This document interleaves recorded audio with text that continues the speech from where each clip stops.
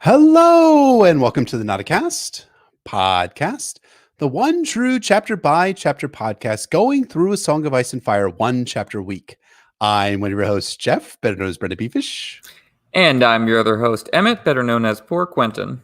And welcome to the 124th episode of the Nauticast titled The Third Wish Part 1, an analysis of A Clash of Kings Arya IX, in which Arya Stark witnesses some quote-unquote prisoners arriving at Harrenhal before staring down her magical mentor, Jaqen H'ghar, and making her third wish. With zero unintended consequences, as always. It's a good thing Arya ran to Jaqen H'ghar. It's just cotton candy and rainbows for her here on in. What a heartwarming relationship. So, as you heard from Jeff, this is again going to be one of our two-parters. We swear we don't do this just to torment people. These chapters are huge, and this one in particular, there's just so much goes on in it. And we just wanted to have as much time to spend with as possible with our guest for this two-parter. And please welcome to the Nauticast, our very own Hand of the King, WolfmanZack. Thanks for having me, fellas. How you guys doing tonight? Terrific. All the better for having you here. Right on. Really happy to.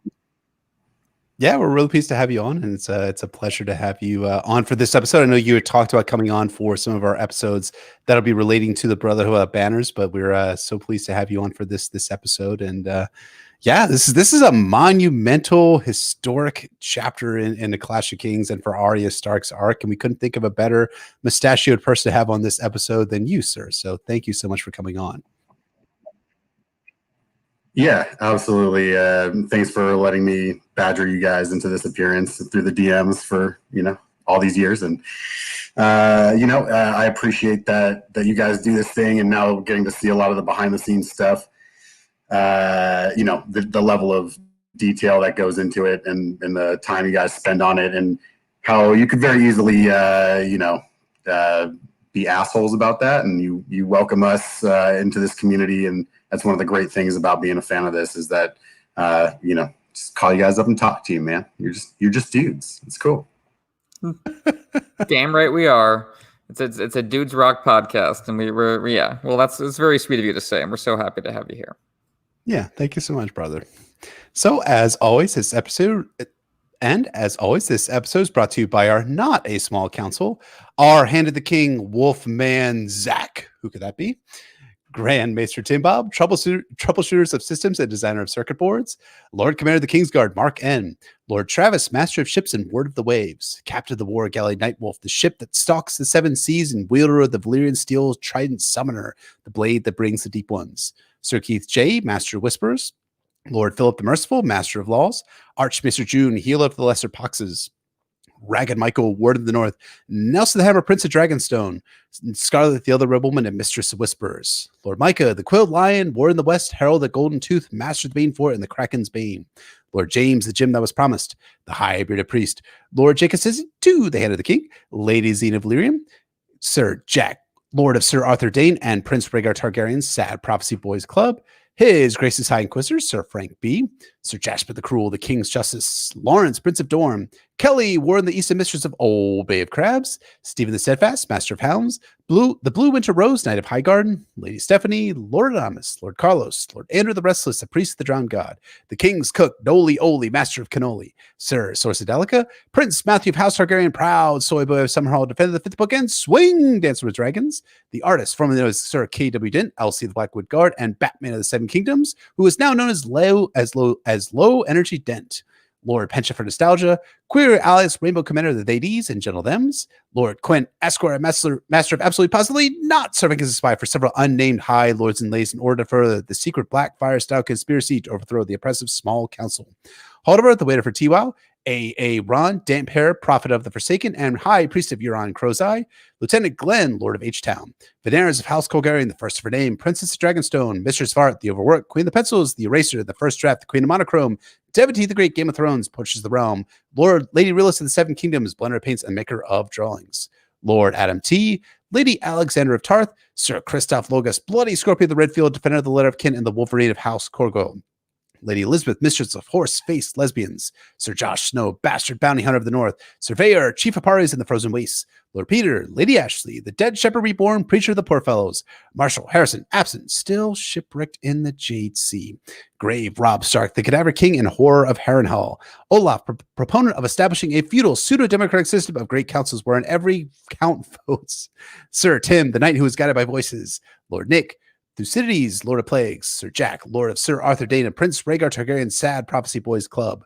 Lord Jean the Splendid, Master of Coin, Ward of Tampa Bay, who believes that the sudden vacation plans made by certain witnesses clears him of all charges, Lady Anna, the lovely Castellan, Pat Ironwood, the Blood Royal and Guardian of the Boneway, Lord Charles Tyrell of House of Highgarden, Lord Paramount the Commander, Defender of the Marshes, High Marshal of the Reach, Ward of the South, and the heir of House Tyrell, Luke, Lord of Lone Leaf and the Pillar of Autumn, Squid Pro Quo, and Master of Zorse. Thank you to our not a small counselors very much. Thank you to our counselors as and always. Our spoiler wing, as we see in all episodes, we'll potentially be talking about all published books. That is the 5 novels. That's the 5 novels, the 3 Duncan novels, histories, interviews, the Windsor sample chapters, as well as Game of Thrones, a TV show. Anything and everything. Our question this week comes from Sir Manu of the Many Names, a sworn sword patron, who asks, more of a personal A Song of Ice and Fire question. As you enter the back half of A Clash of Kings, the threat of Theon, quote-unquote, killing Bran and Rickon, and the grief and sadness that follows to the end of the book reveal that he's alive was something that hit me hard my first time reading the books. Not knowing how Martin plays with cliffhangers and thinking killing characters was his MO as a first-time reader. Is there something specifically from your first time reading the books outside of Deceptive Baelor, Ned's execution, the Red Wedding, etc., that has stuck with you like that? That's a terrific question. So what do you think, Jeff? What's something that really hit you hard emotionally the first time through, besides the obvious Ned's execution, Red Wedding choices? Can't pick those. I was thinking about this, and the thing that hit me, and I should have known better when I first read the books, because I'd seen the first 2 seasons of the show, so I knew basically what happened at the end of the Battle of Blackwater and what happened at the end of A Clash of Kings, by and large. The thing that hit me is when I read A Storm of Swords was when, after the Red Wedding chapter, which was just absolutely devastating, and I'll tell that story at some point down the road, but the next chapter after that is immediately an Arya chapter, and the Arya chapter has her going up to the twins and attempting to gain entry into the twins itself, and then finding, oh no, she can't gain entry, and oh no, everyone's trying to kill everyone else. And then also Sandor Clegane starts fighting with the Freys outside of the twins. And then, of course, the very end of the chapter, and it's the shortest chapter, I think, in all of A Song of Ice and Fire, but you have the axe that comes for Arya's head. And I was like, oh, you've got to be fucking kidding me. George R. R. Martin just killed Arya Stark after he killed Robb, after he killed Catelyn, who has only done one thing wrong in her entire life, after he killed Daisy Mormont, for fuck's sake. Like, this is just, like, ridiculous. I don't really want to, like, live anymore after this moment in the story. So I think that was something that just really hit me hard. And then we pick up with Arya Stark's chapter, which I think is like 200 or 300 pages after this event from the Red Wedding. And I'm like, oh my God, Arya Stark is actually alive. The other thing that also hit me as well is that after season 2, we see that Davos Seaworth has, blown up and has been blown off his ship. And I assumed he was dead. And come A Storm of Swords and finding that he has POV chapters, I was like, oh, Davos is alive. I guess that's cool, right? We get more Stannis, and I wasn't really a Stannerman at that point in in my journey in the Song of Ice and Fire fandom, but I was a fan of Davos Seaworth, because who would be a fan of Davos, even if you're not a big fan of Stannis Baratheon? So that was a moment where I was like, oh, this is something that I really feel strongly. That was a cliffhanger from the end of a Clash of Kings, and the end of season 2. That I was thrilled that actually Arya and Davos were alive by the end of. By the start of A Storm of Swords, and by the 2/3 of the way through A Storm of Swords. Zach, what did you think? What were some moments that hit you hard in your first time reading it, and kind of like stuck you, like the way that Manu was talking about? Yeah, the 2 biggest examples I can think of, I don't know if it's exactly what Manu's describing here, but Khal Drogo, I came to the show, I came to the books through the show, I should say. And I thank my wife for that. She introduced me to the show when we were first dating, and that's the flap of the butterfly wings that brought us here tonight. And for whatever reason, just I don't know if it was Jason Momoa's performance or just the way it was in the story, I just really wasn't expecting him to go at all. Yeah, I think it's the same episode as Baylor that he goes down. And so then the whole Miri Mazdor aspect, I really just had no idea which way it was going to go. And then even when he kind of does come back, I'm almost like there with Danny, still holding on to maybe it's gonna be okay, man. And obviously that didn't work out. And then the other one really being with Theon in general, just kind of how he, fucks off for a while, and then I kind of, the course of the books and catching up. I tried to catch up between seasons 2 and 3. Familiar story. Read all the books in that time, and so I was trying to figure out what's going on with Theon, and he just kind of falls off the page and. And then when he comes back and you realize what's going on with him, that to me was just like, whoa. Pump the brakes, Yeah, those are terrific choices on both your parts. I think for me, Beric and Thoros hit really hard emotionally my first time through A Storm of Swords in a way I wasn't expecting. Because you hear about them a bunch, well, I hear about Beric especially, a bunch throughout A Clash of Kings. But then the legend is so much weirder and scarier and sadder than you could possibly have anticipated.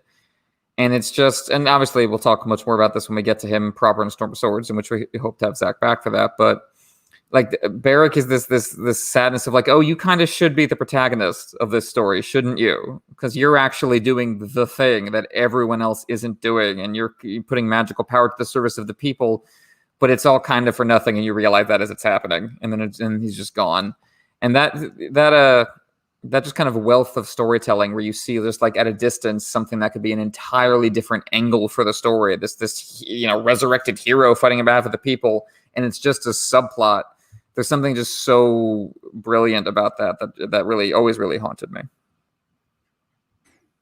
Yeah, I agree. I think that there's something to be said about how Beric Dondarrion, when he actually returns to the narrative in A Storm of Swords, and I just love the way that he's built up, as we've been discussing in previous Arya chapters. Like the legend of Beric Dondarrion is built up in readers' minds, and then when he's actually there, you're like, oh, this is gonna be the hero of the story, and you like see this like sad, broken man who has one eye, and his skin is all gray and everything like that, and yet he's still like fighting for the good and leading this band of Robin Hood and his merry men esque in A Song of Ice and Fire context, which of course is fucking horrifying for Beric, because he's died and come back so many times. He really doesn't want to actually like live anymore. It's just like it's really sad. It hits me really well, like when he's talking with Thoros about, he's asking if Thoros is his mother, and like he wonders if like he thinks back to his time, and he's like, I was supposed to marry a woman. I had a castle in the marches at one point in time. And, who am I anymore? Are you my mother, Beric? And are you my mother, Thoros? And was I born with like ashes in my mouth and that sort of stuff? So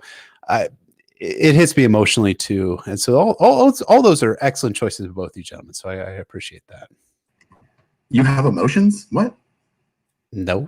Did I say that out loud? I don't think so. Nobody heard that. Never. We have that as canonical fact that Jeff has never experienced a stirring or fluttering of the heart. That's entirely my job. But anyway, thank you so much, Manu, for the question. We hope to see you back here on the Nauticast soon, maybe before the end of the Clash of Kings.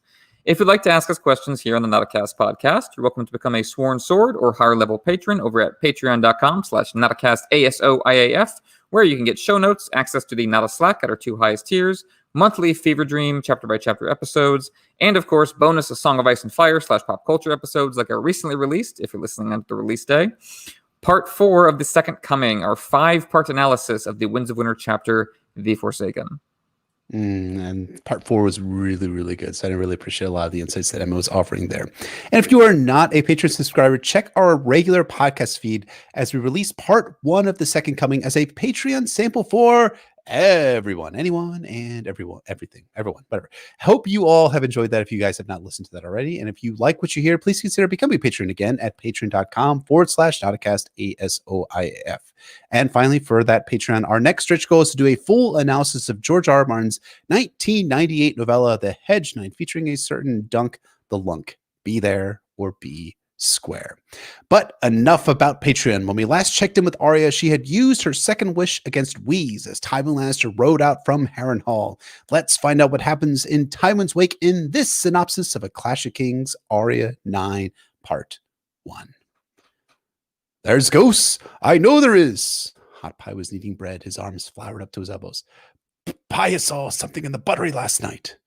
Arya Bronx cheers Paya's notions. Besides, the ghosts she sees, that is Paya sees, are usually dudes. So weird that. She asks for a tart, but Hot Pie says that Amory wants the whole tray. Fine, how about we spit on those tarts? Hot Pie looks around and is like, no. Amory will know. Arya responds that no, he wouldn't. Spit doesn't taste like anything. Fact check, it really depends on what you're dipping. If he does, it'll be me they whip. Hot Pie stopped his kneading. You shouldn't even be here. It's the black of night. It was, but Arya never minded.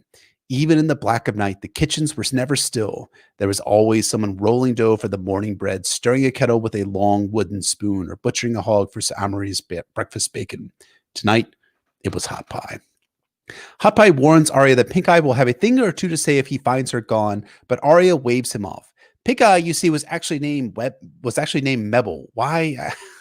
I don't know. We're in a slew of Clash Kings chapters where parents are giving children shitty names. You guys can't name your boys like Bill or Sam or Ned or any other name besides Mebble or Warlock. God, parents in those days. Mebble had gotten the nickname Pink Eye from his runny eyes, and he was always falling into a deep sleep after he would get good and drunk, after drinking all day long. Arya would wait for him to pass out and then move out silently up the stairs and through the darkness, just like Syrio had taught her. I bet we could escape, and Pink Eye wouldn't even notice if I was gone, Arya told Hot Pie. I don't want to escape. It's better here than it was in them woods. I don't want to eat no worms. Here, sprinkle some flour on the board. Arya cocked her head. What's that? What? I don't listen with your ears, not your mouth. That was a war horn. 2 blasts. Didn't you hear? And there, that's the portcullis chains. Someone's going out or coming in. Want to go see? The gates of Harrenhal had not been opened since the morning Lord Tywin had marched with his host. Hot Pie says, no thanks. He's making bread. He's not about the dark the way Arya is. Arya asks if she could maybe have a tart as a treat. Hot Pie says no, but she steals one anyways, eating it as she runs out, admiring the nut, fruit, cheese taste and the flaky texture, and singing herself that she's the ghost of Harrenhal. Outside, men wake from sleep and come into the courtyard, and Arya falls into the gaggle. She sees carts rumbling through the portcullis and even sees a bear coming through the gate. She realizes that these are the fucking bloody mummers, just the fucking worst, and she retreats into the shadows. Arya sees more of the ordinary and also the extraordinary. Carts full of food and treasure and 2 Zorses. She'd like to have some roast pork now, and she thinks about eating that right at this moment. And then she sees a prisoner. She realizes that he's a lord given how he holds his head. I guess he's not bowing it. And she sees Bale under his torn red surcoat.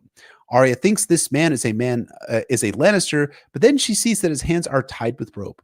Then she sees a column of prisoners marching in quite literal lockstep with one another. She tried to judge how many prisoners there were, but lost count before she got to 50. There were twice that many at least. Their clothing was stained with mud and blood, and in the torchlight, it was hard to make out all their badges and sigils. But some of those Arya glimpsed she recognized. Twin Towers, Sunburst, Bloody Man, Battle Axe. The Battle Axe is for Kerwin, and the white sun on black is Karstark. They're Northmen. My father's men are Rob's. She didn't like to think what that meant. Bloody Mummers get off their horses as stable boys tend to the horses. Then ZZ Top cosplayer Vargo Hoat reigns up below the King's Pyre Tower, and Sir Amory Lorch stumbles out to see what all the commotion is.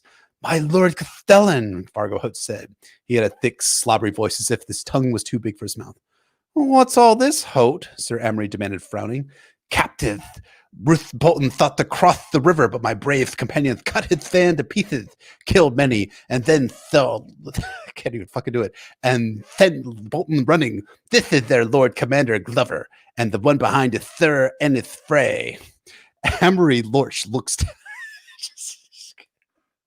Amory Lorch looks down from his balcony with disdain as Vargo, a human moment for Amory Lorch. He orders his Northmen to be taken to the dungeons, but then the Lord, who isn't a lord, he's just a handsome man with a handsome plan, looks up and says, "Hey, wait, what about that honorable treatment we were told about?" Silence! Vargo screamed at him, Frank Thrill. Sir Amory Lorch addresses the captives. What Vargo Hoat promised you is nothing to me. Lord Tywin made me the Castellan of Harrenhal, and I shall do with you as I please. He gestured to his guards. The great cell under the Widow's Tower ought to hold them all. Any who do not care to go are free to die here. Everyone rolls out all glumly, and Arya catches sight of Pink Eye. She decides to duck out before she catches a beating or whipping from him, though she never saw him do any beating or whipping, despite his threats to do so. But she's not willing to take any chances, so she slips out past some brave companions gathered around the bear. Gee, George, you keep bringing up that bear. I wonder. Arya moves through the mostly deserted castle as the noise of the brave companions fade behind her. Winds scream through the wailing tower and leaves fall from the trees in the godswood, making a faint skittery sound as the wind drives them across the stones, which it's just a great line by George. Okay, the rest of the paragraph is also so good that I'm just going to read it in full and quote it. Now that Harrenhal was near empty once again, sound did queer things here. Sometimes the stones seemed to drink up noise, shrouding the yards in a blanket of silence.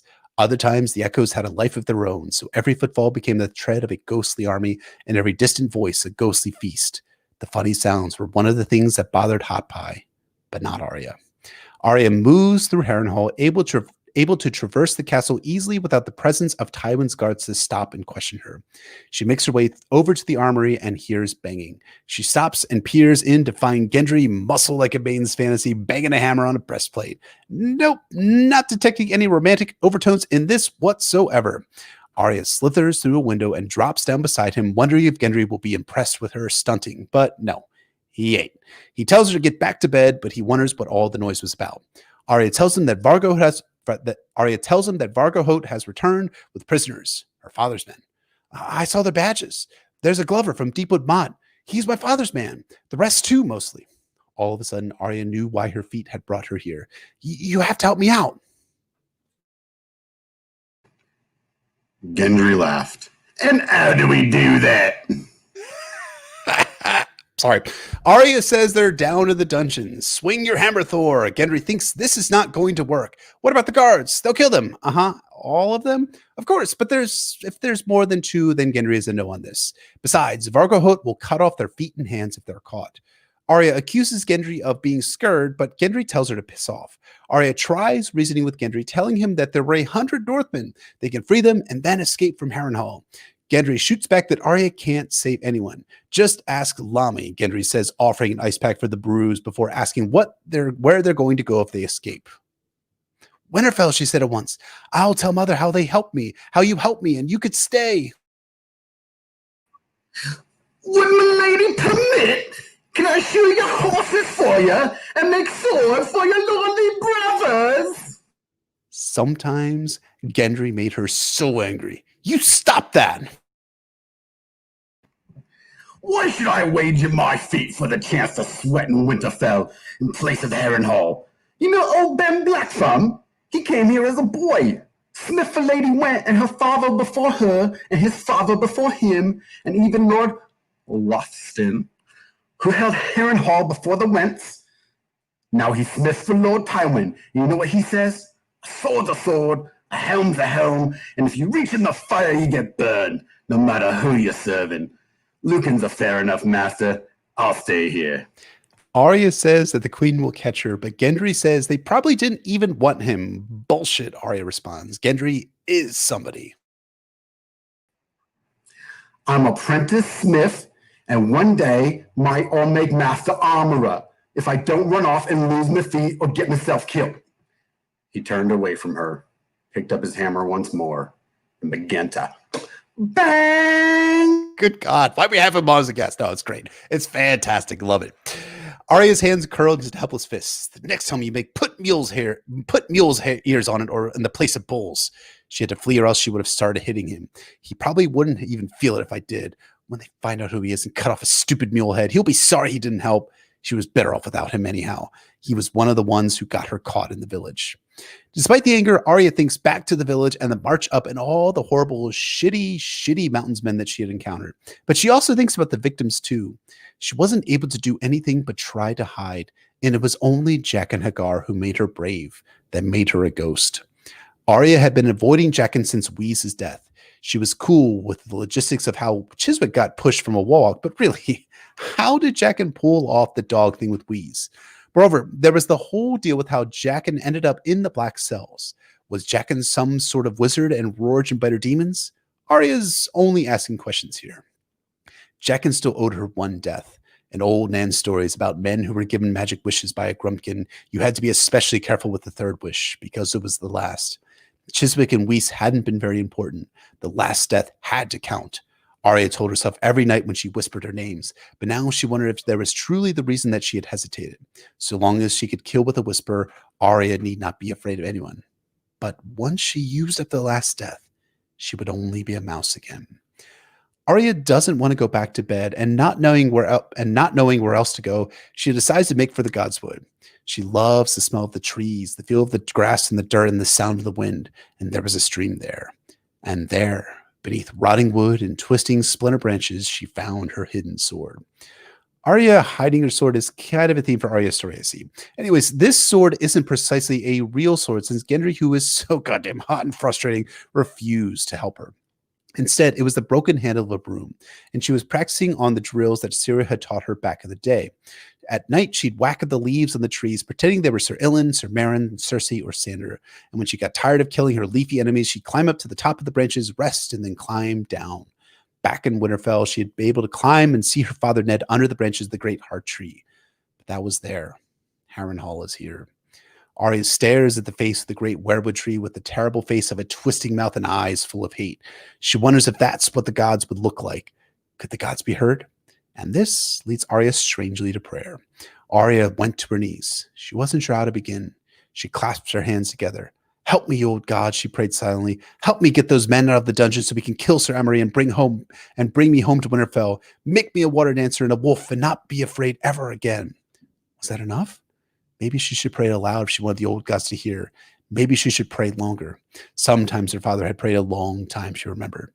But the old gods had never helped him. Remembering that made her angry. You should have saved him, she scolded the tree. He prayed to you all the time. I don't care if you help me or not. I don't think you could if you even wanted to. Gods are not mocked, girl. Arya jumps to her feet and draws her sword and finds Jaqen H'ghar standing in the darkness. He says that the gods are not to be mocked, but now that he's here, could Arya maybe give him that third name she had been talking about? Arya asks how he knew she was there, and Jaqen says, a man sees, hears, and knows. She regarded him suspiciously. Had the gods sent him? How'd you make the dogs kill Whis? Did you call Rorge and bite her up from hell? Is Jaqen H'ghar your true name? Some men have many names. Weasel, Ari, Arya. She backed away from him until she was pressed against the heart tree. Did Gendry tell? A man knows, he said again. My lady of Stark. Maybe the gods had sent him to answer prayers. I need you to help me get those men out of the dungeons. That Glover and those others, all of them. We have to kill the guards and open the cell somehow. A girl forgets, he said quietly. 2 she has had. 3 were owed. If a guard must die, she needs only speak his name. But 1 guard won't be enough. We need to kill all of them to open the cell. Arya bit her lip hard to stop from crying. I want you to save the Northmen like I saved you. Jaqen responds that he owes her 1 more life. By the way, have I mentioned not to mock the gods? Arya says she wasn't mocking, but then she asks if he would kill anyone. Amanda said, anyone, she repeated. A man, a woman, a little baby, or Lord Tywin, or the High Septon, or your father. A man's sire is long dead, but did he live and did he know his name, he would die at your command. Swear it, Arya said. Swear it by the gods. By all the gods of sea and air, and even him of fire, I swear it. He placed a hand in the mouth of the weirwood. By the 7 new gods and the old gods beyond count, I swear it. He has sworn. Even if I name the king, speak the name, and death will come.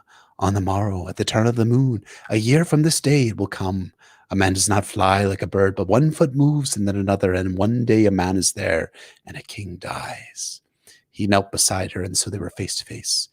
A girl whispers. If she fears to speak aloud, whisper it now. Is it Joffrey? Arya put her lips to his ear. It's Jaqen H'ghar.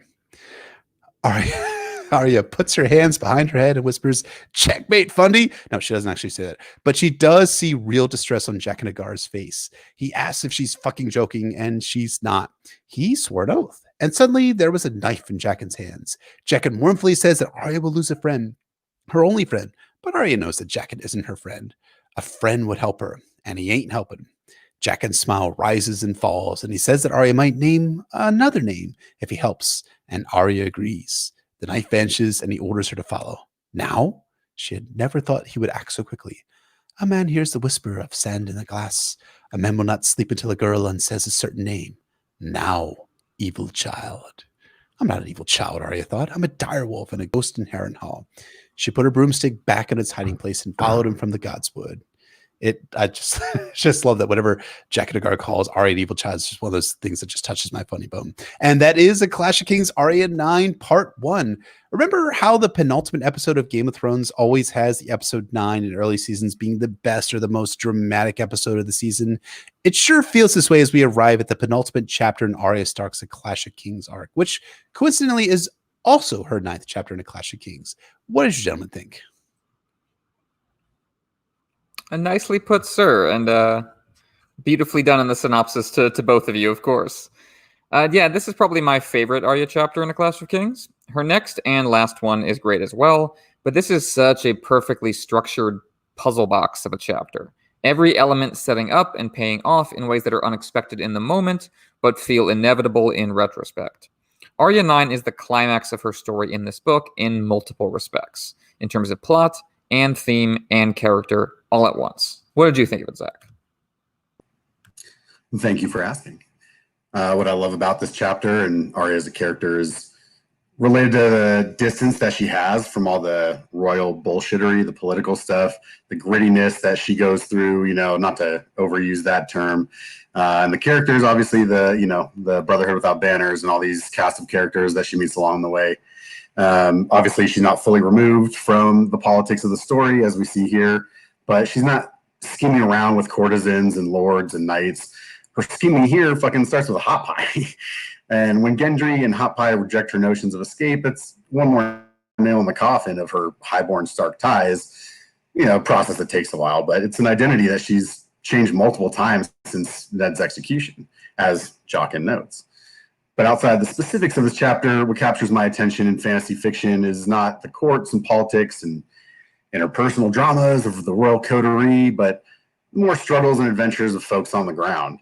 Give me hobbits and unshaven rangers in an autumn tavern any day over the tedium of Targaryen family trees and betrayals and conspiracies, blah, blah, blah, blah, blah. Give me Arya under the hill, witnessing the unquestionable power of a silent, mysterious fire god over all the pristine springtime realms of elves and knights with their circular tables. Varys' origin story from the recently and expertly covered Tyrion 10 is one of the most captivating passages in the entire series, for my money. And while Arya's journey through this book is already very much quote-unquote gritty and real, this chapter for me is the point where her dive into that whole world, the beautiful ugliness of magic and murder, kind of really kicks off.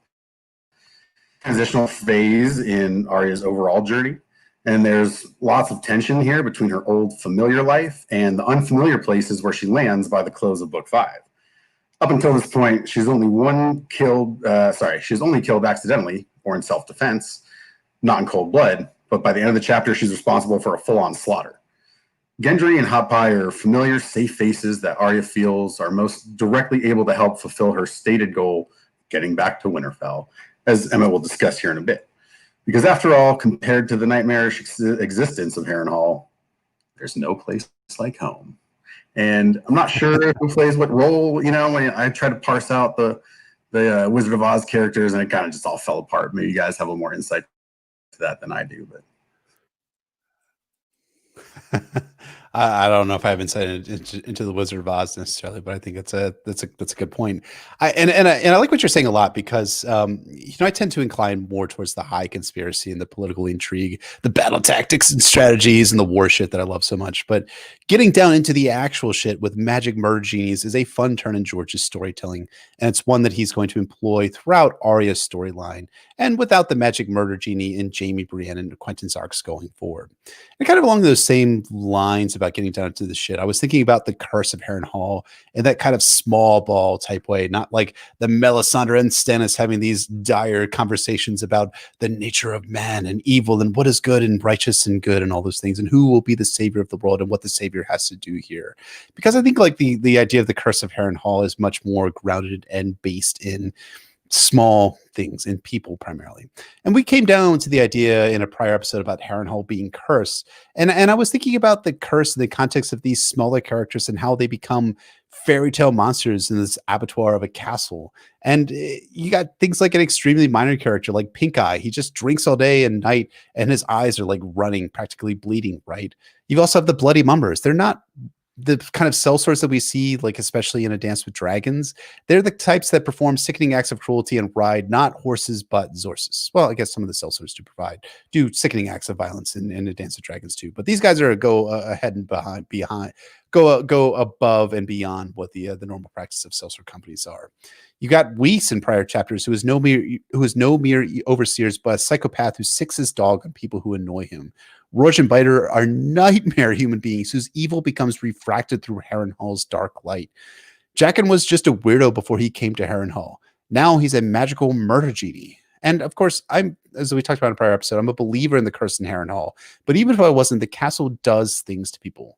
No, it doesn't cause people to be evil, but it magnifies it. It breeds it and multiplies the evil that dwells in the hearts of men.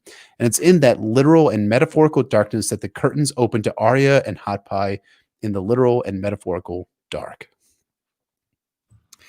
Yes, we start with Arya and Hot Pie. This chapter takes us to some suspenseful and then weird and then bleak places, but it starts on a note of intimate humor in the kitchens.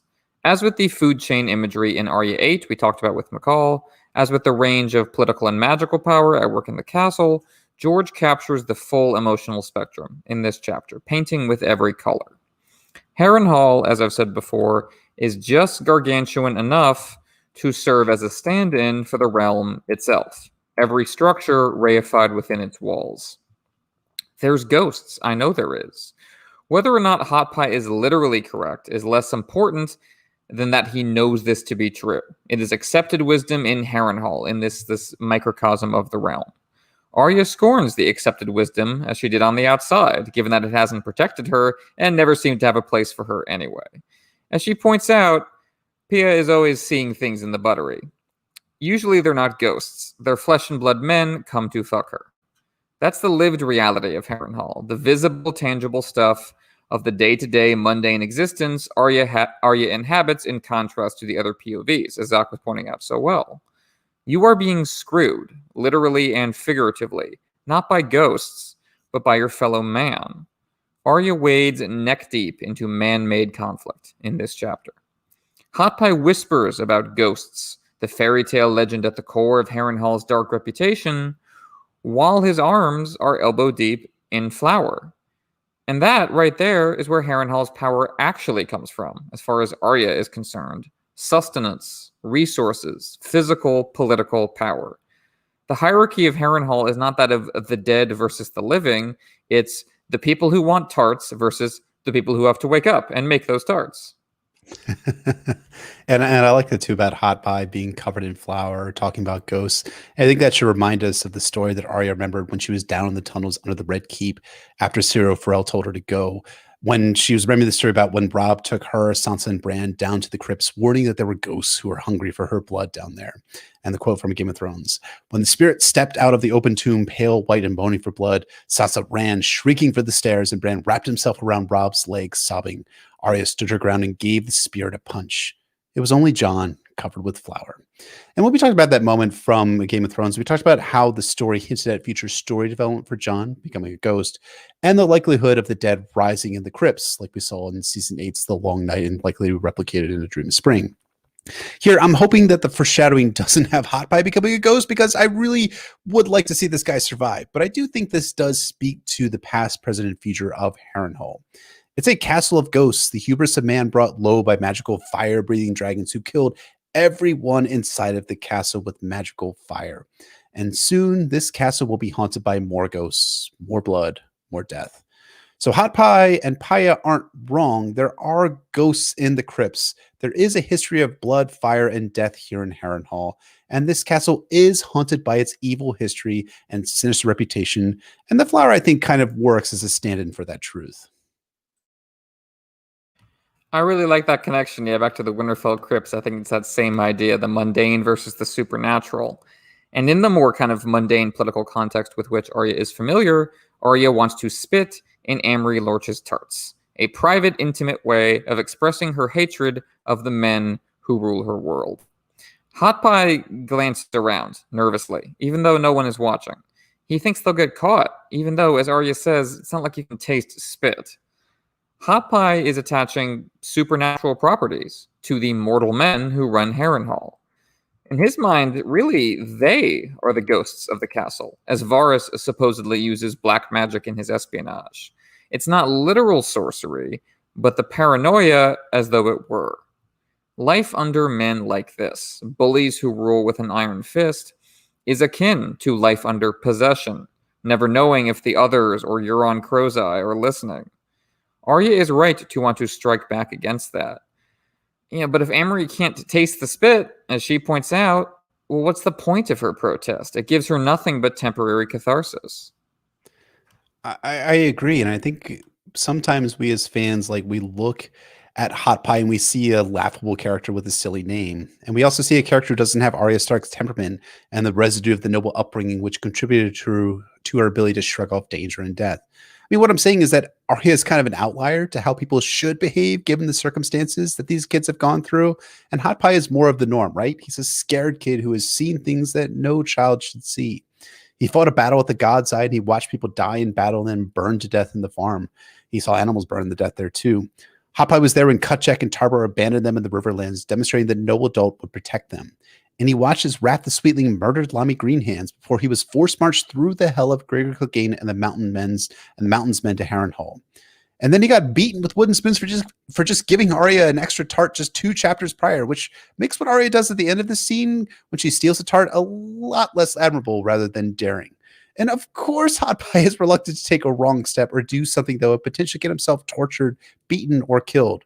This is the life that Hot Pie has led, and he's not about to step out of line to get killed for a meaningless act of defiance. Now, that being said, Hot Pie knows who Amory Lorch is, and he doesn't immediately reject this small act of defiance when Arya suggests it. It's clear that Hot Pie isn't comfortable with his confinement in the same way that Gendry will prove later on. Hot Pie knows who Amory Lorch is, knows that it was he who perpetrated the atrocity against Yoren and the other Night's Watch charges at the village back in Arya's 4th chapter in A Clash of Kings. So he does consider this meaningless act of defiance for a moment before wisely deciding it's a meaningless act of defiance and fucking stupid. We're moving on. It's a calculated choice on his part, given his situation, and it's that situation is not quite identical to Arya's, not as much as she'd like to think about it, maybe. Arya feels light as she steals Sir Amory's tart. She feels daring, Lightfoot, Underfoot, the ghost of Harrenhal, no longer a powerless mouse. Starvation on the streets of King's Landing made it hard for her to remember why her father taught her not to steal. She's not exactly starving in Harrenhal, but stealing from Amory is a way to avoid the pure void of despair about her situation. As readers, we do get to share in Arya's intimate little triumphs, giving her a fond smile and a thumbs up as she tastes the flavorful tart. But keep in mind what Hot Pie said about the tarts, and yeah, what happened to him a couple chapters ago. If Amory notices one missing, it's not Arya who will suffer for it. It's Hot Pie who will suffer for it. And this is not to cast Arya as cruel and careless. She does want to escape Harrenhal with Hot Pie and Gendry, after all. But because of her age and how she was raised, she is unable to fully comprehend that their perspective on all this is very different from hers. For Arya of House Stark, that tart is a symbol of her defiance. For Hot Pie, that tart is the proof of his utility to the powerful, which is what keeps him alive. In other words, this simple tart means completely opposite things to these 2 children because of their different relationships to power. Even before Vargo Hoat shows up with his northern quote-unquote prisoners, Arya is talking escape with Hot Pie. And that's what this whole chapter is geared towards, even as it moves through so many situations and characters. Arya getting out. Harrenhal, to her mind, was nothing but a big-ass detour on her road home to Winterfell. Now that Whis is dead, she thinks she's not being watched as closely, she has a chance to escape. This is interesting because it's Arya trying to fold her second wish, the one she immediately regretted, back into an affirming narrative of her flight toward freedom.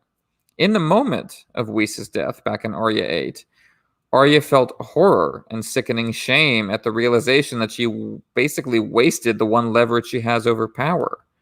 Whis was personally abusive to her, but he wasn't at the heart of why all of this is happening, unlike, say, Tywin. Arya has to find some way of recasting what happened in her head in a way that allows her to move forward.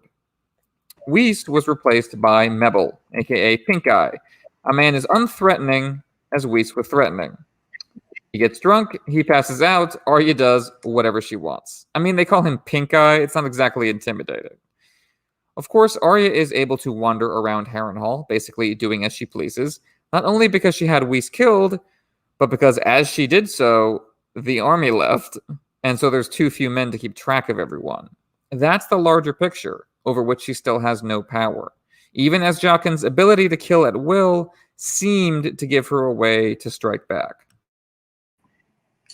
And to your point, according to Jaqen himself, when Arya is preparing to speak that third name, he tells her it could be days or even years before that person's actually assassinated. That's true. She's dealing with real delayed gratification, which, is not an easy thing for A, anybody, B, especially any child, and C, not a child in a life or death situation like Arya Stark. So she's just not inclined to put up with it. In order to feel like her decisions, her will, still carries weight, Arya has to steal the tart, and she has to keep working towards her goal of escape. The lessons Syrio taught her back in Book 1 keep coming back, allowing her to use her senses to master her environment, hearing what Hot Pie cannot. Listen with your ears, not with your mouth, as she says to him. Soak in what's happening, rather than just blundering over everything with your own noise. And that's good advice. It helps Arya, but it does not cure her of her own blind spots, her figurative, not literal, inability to see and hear the truth.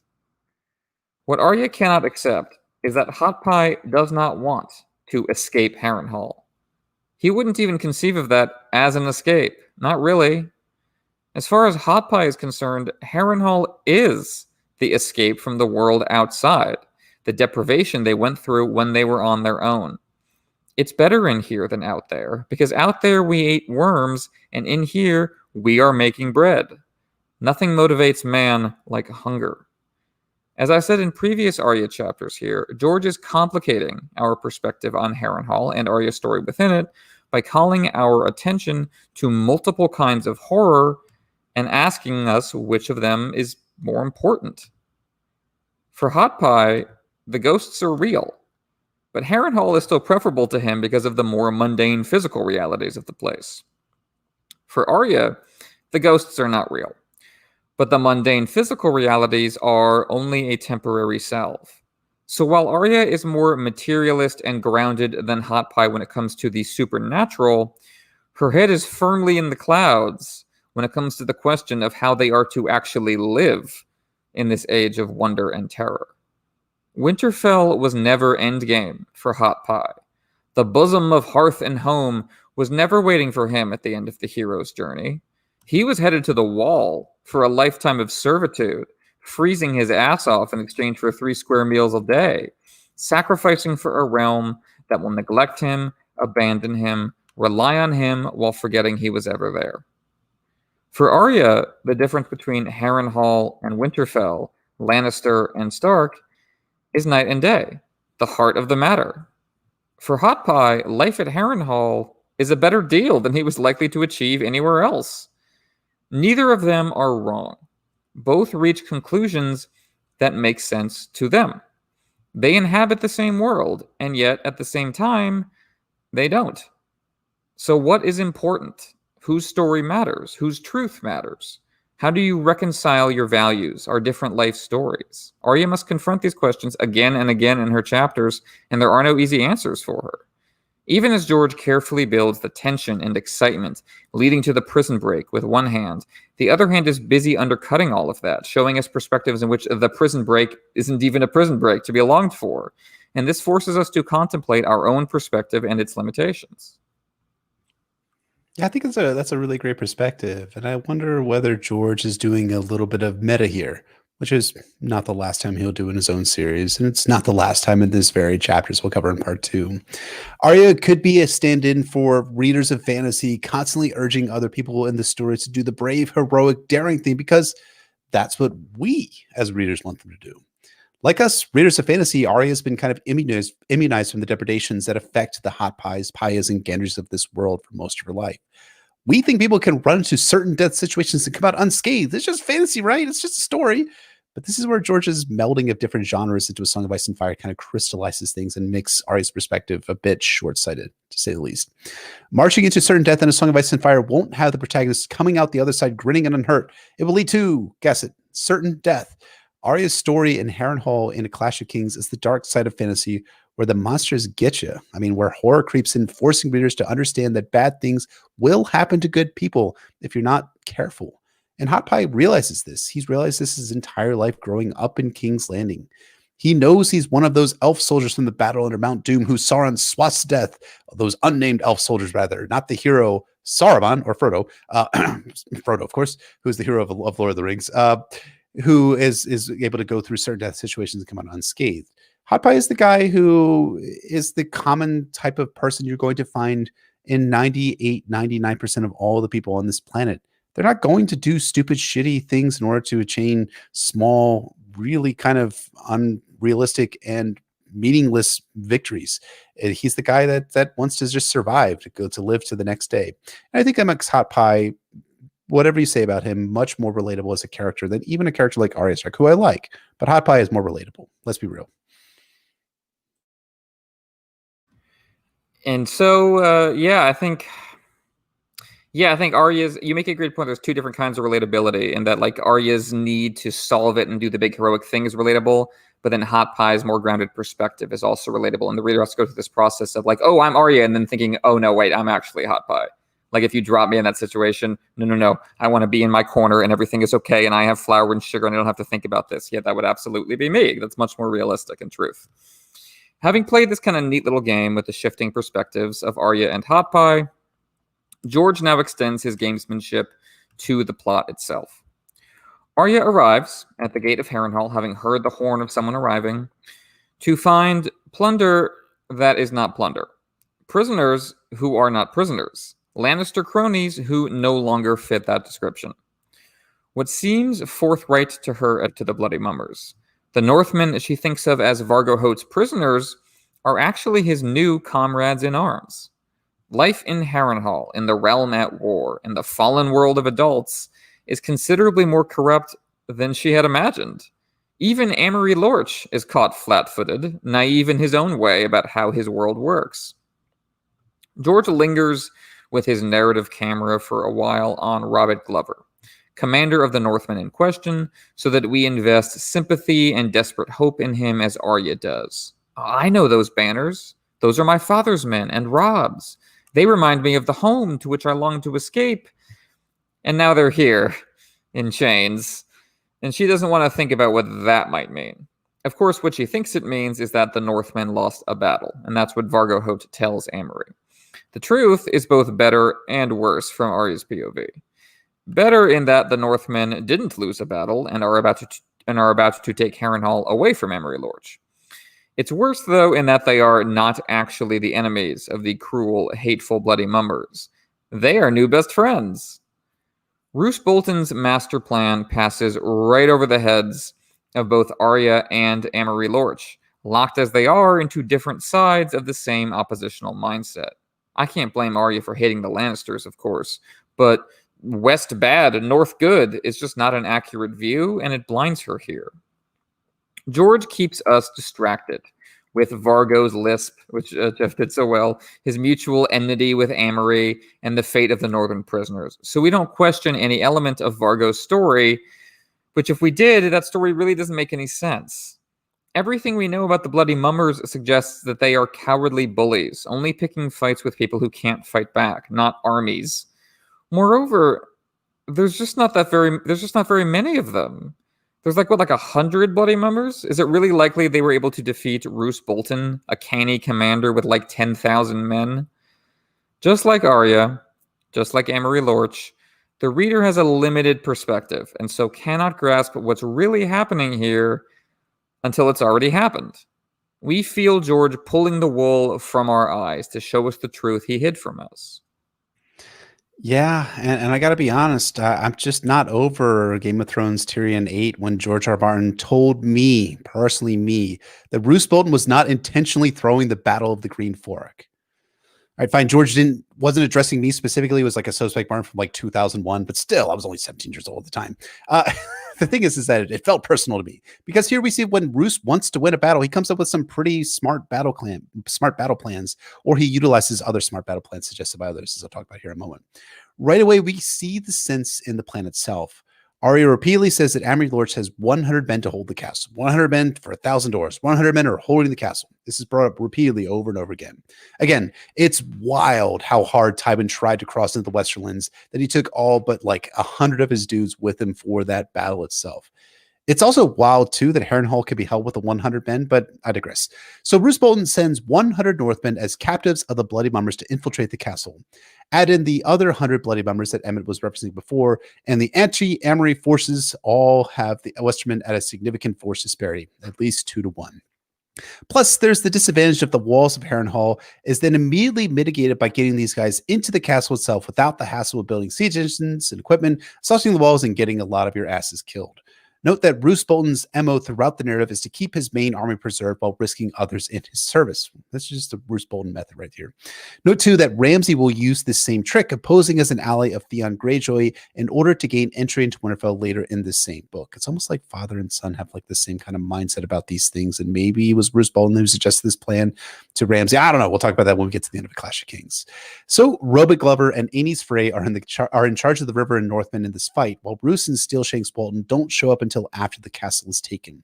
Confusingly, Robert is called Lord Commander here, and it's referred to, and he's also referred to as a lord in this chapter and the next Arya chapter, which leads me to think that George is a little bit confused about Robert's role in House Glover, as the appendix entries for Robert don't have him as heir to Deepwood Motte and a Clash of Kings and a Storm of Swords, but then he becomes heir in the appendices for Feast of Crows and Dance of Dragons. Again, just some nerd shit that I'm really not a part of because I'm not a nerd. Regardless, Emmett mentioned aspects of Vargo Hoat's story that don't make any sense, and yeah, man, Amory is a fucking ding-dong in this chapter.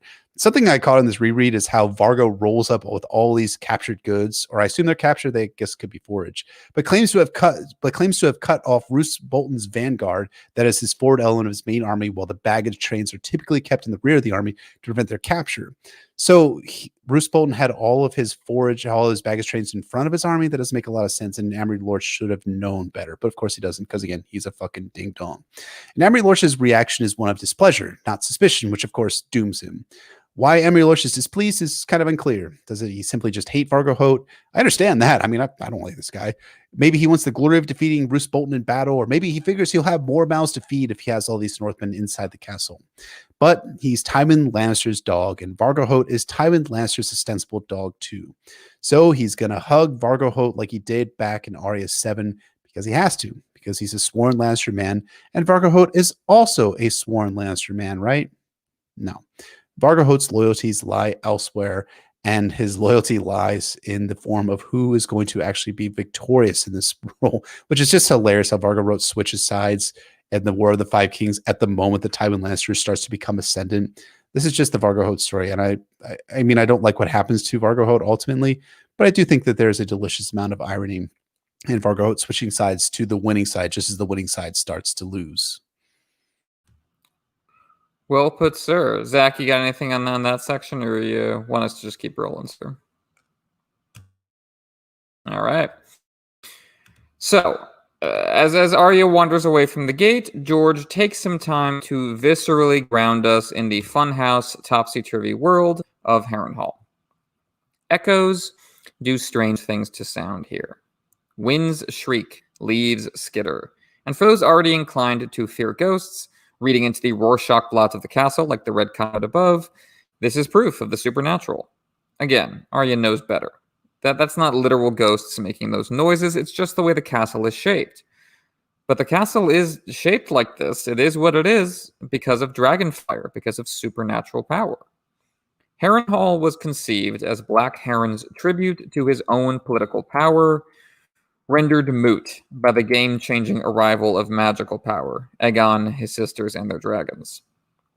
The castle is left this grotesque, overgrown maze, simultaneously reaching for the stars and crashing back down to earth.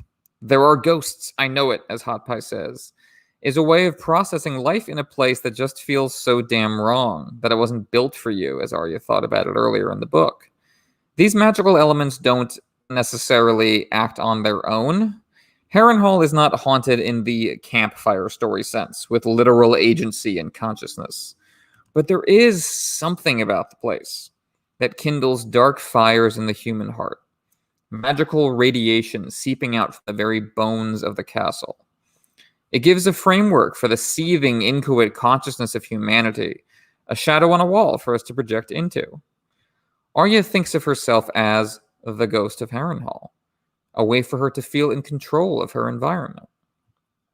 Harrenhal is a crucible that burns away lies and exposes your true self, as we're going to see with Jaime in the Storm of Swords. It's a wellspring of power, but it's frozen in architecture. It has to be acted upon, taken possession of. But everyone who does so succumbs to the curse, the wages of the fiery ladder. In its current state, Harrenhal renders its occupants absurd for even trying to possess it. Ambry Lorch does not have enough men to really hold this place together, much like Theon at Winterfell in our last episode. He has 100 men to guard 1,000 doors, a perfect encapsulation of how the powers that be in the Civil War jealously guard what they have seized without realizing the war has emptied it all out.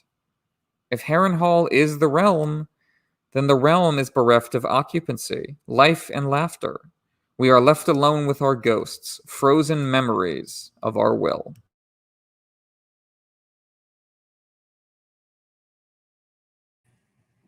Yeah, I just love how he builds it in. Like you said, it's not campfire haunted. It's just like in the cellular structure of the building itself. The way that it was built is, the kind of manifestation of Heron and his idea of what he was building and protecting against, and then what actually came and turned it all to nothing. And somehow those two forces, the tension of that, just it got baked in there, and you see it weaves throughout the rest of the story. That's great. That power in time and space, and how it just lingers with you. The generations go on. Who we were weighs down like a crushing stone on who we are. Everyone who holds Harrenhal reenacts this same rise and fall that you were talking about. It can't be any other way, for Harrenhal is the crossover point of all kinds of power. You fight like hell to lay claim to your prize, only to find that all the fighting reduced the prize to ash and dust. So you have what you wanted, a mausoleum draped with your banners, a graveyard of which you are king. In the middle of this wax museum, Arya stumbles upon warm, moving flesh. Gendry, hard at work in the forge, like hot pie in the kitchens. And that parallel was very clear to me in reread. As Arya puts it, when Gendry is at work, nothing exists for him but fire and metal and his own will within them. It's the raw moment of creation, elements transformed and reborn, the spark of inspiration, like writing or farming or raising children, that makes life worth living in the end. Hot Pie feels the same way about flour and sugar that Gendry feels about flame and steel. From the pieces of this broken world, I rebuild myself. For Arya, home and family is what gives her meaning. And the only pieces she can lay claim to in order to get there are the instruments of death.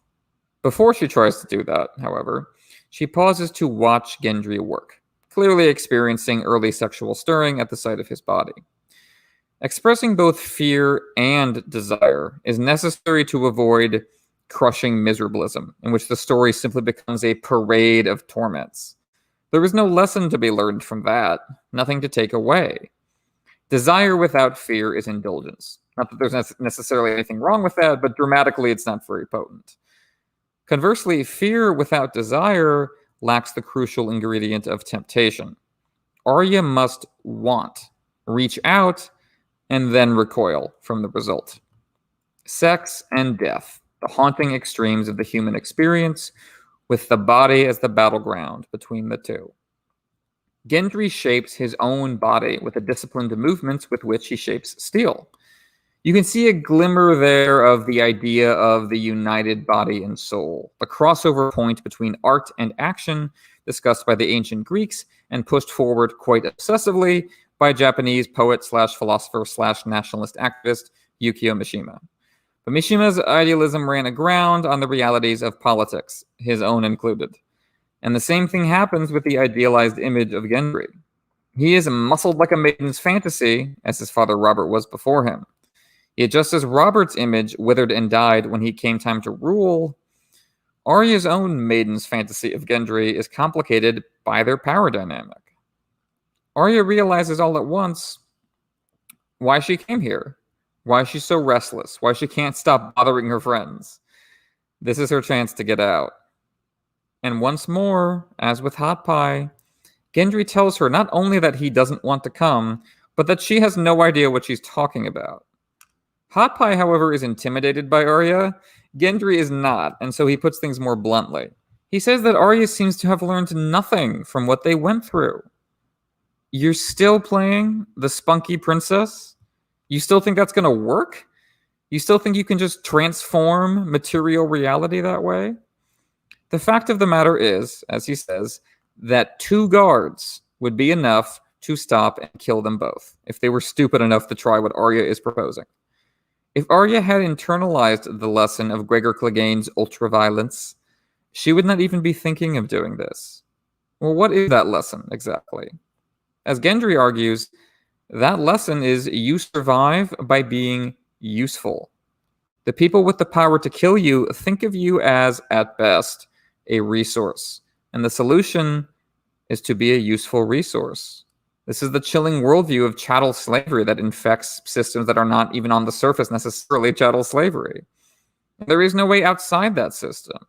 There is no better world out of the stories and songs Gendry can reach if he just tries hard enough, the way Arya is implying.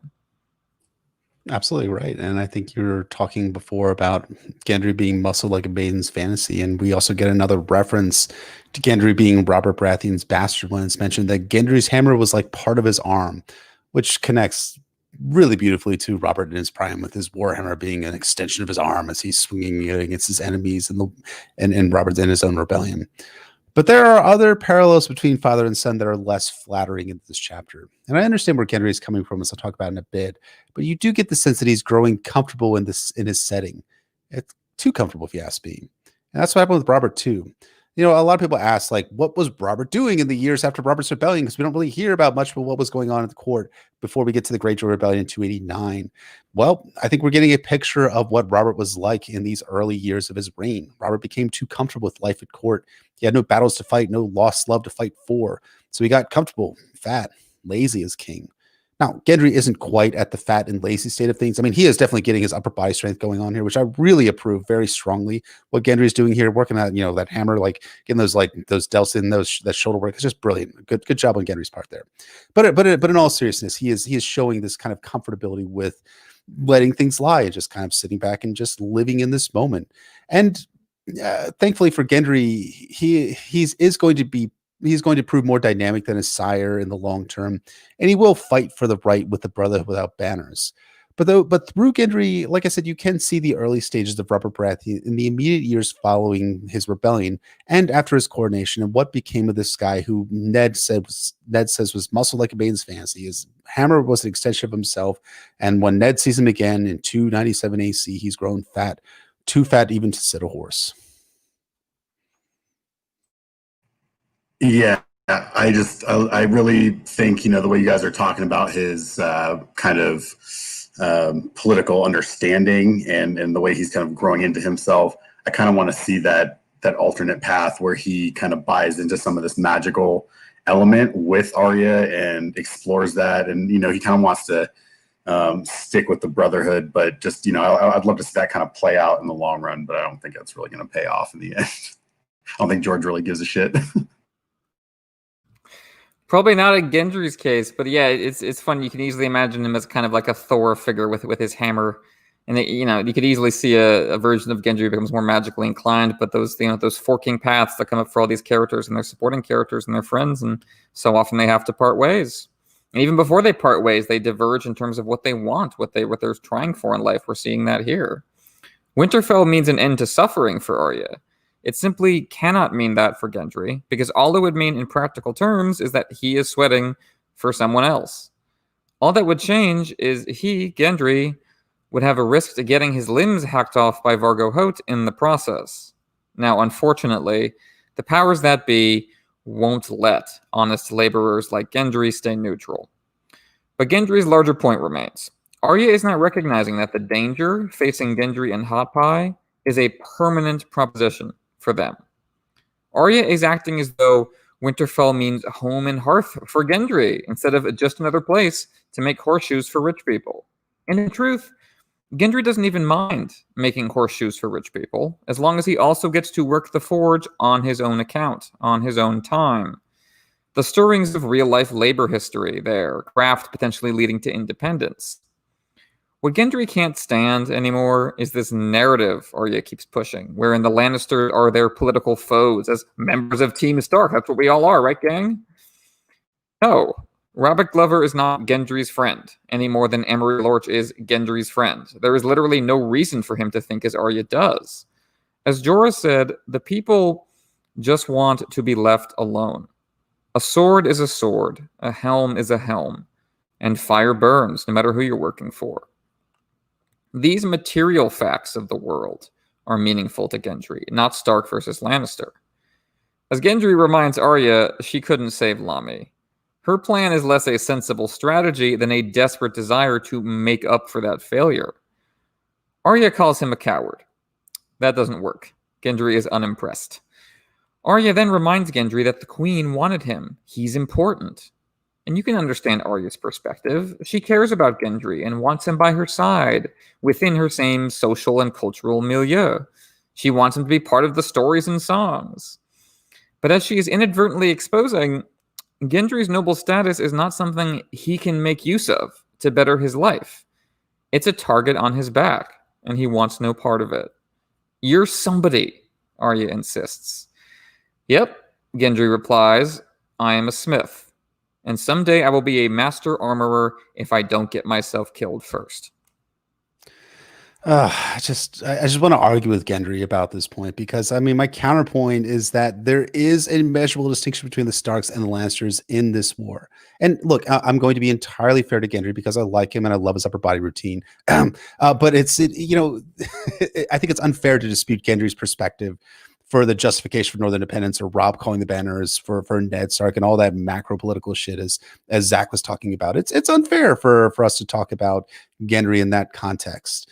Gendry isn't playing the Game of Thrones yet, but we can see a distinction in how Gendry himself is treated by the Lannisters and their lackeys at the very least. It's the Gold Cloaks who come galloping up on Yoren's band, demanding Gendry to be surrendered to them at the Queen's order so as to be murdered by them, as we find out with all of the rest of Robert's bastards that Cersei is able to get her hands around. It's Amory Lorch and his goons who murder Yoren and the Night's Watch recruits at the abandoned village at the God's Eye. It's Gregor Clegane who leads the death march to Harrenhal and does all the atrocities against the small folk. All of those bad things that happened to Gendry came at the behest of Tywin and Cersei Lannister, not the Starks. So I guess the Starks should come out by omission at the very least in Gendry's mind, but they don't. And I agree that Gendry isn't making a moral equivalency argument the way that some evil, stupid fans do. He's making, I'm going to live a lot longer if I stay out of everything argument. The problem is that the Lannisters will leave Gendry in and only allow him to live so as to provide valuable slave labor for their war crime of a campaign in the Riverlands. All of that armor and those swords and those spears that he's beating into being, they're all fueling Tywin Lannister's efforts to fight, kill, and murder peasants in the Riverlands.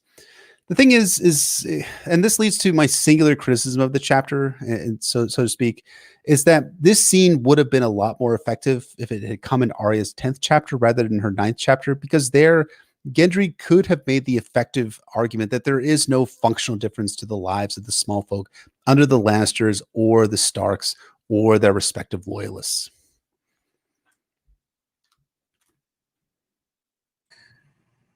Yeah, I think, like I said about the where I like my fantasy, and like you guys were talking about, that we're more hot pie in this scenario than Arya.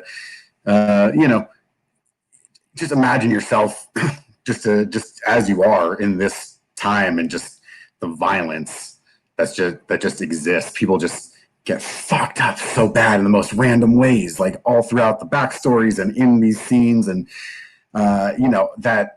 that whole notion to just like, look, whatever it is, I just want to live. And, something might change down the road, something might not, but like day to day, I'm getting through it. And, that's totally relatable.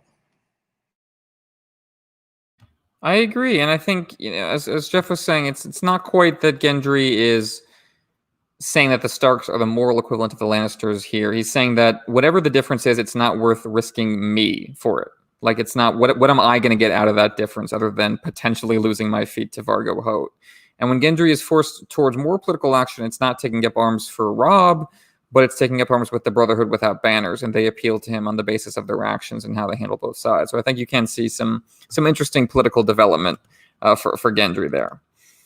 And Gendry does finally force Arya to reckon with the potential human cost of her antics and shenanigans, and so reckon with why she's doing this.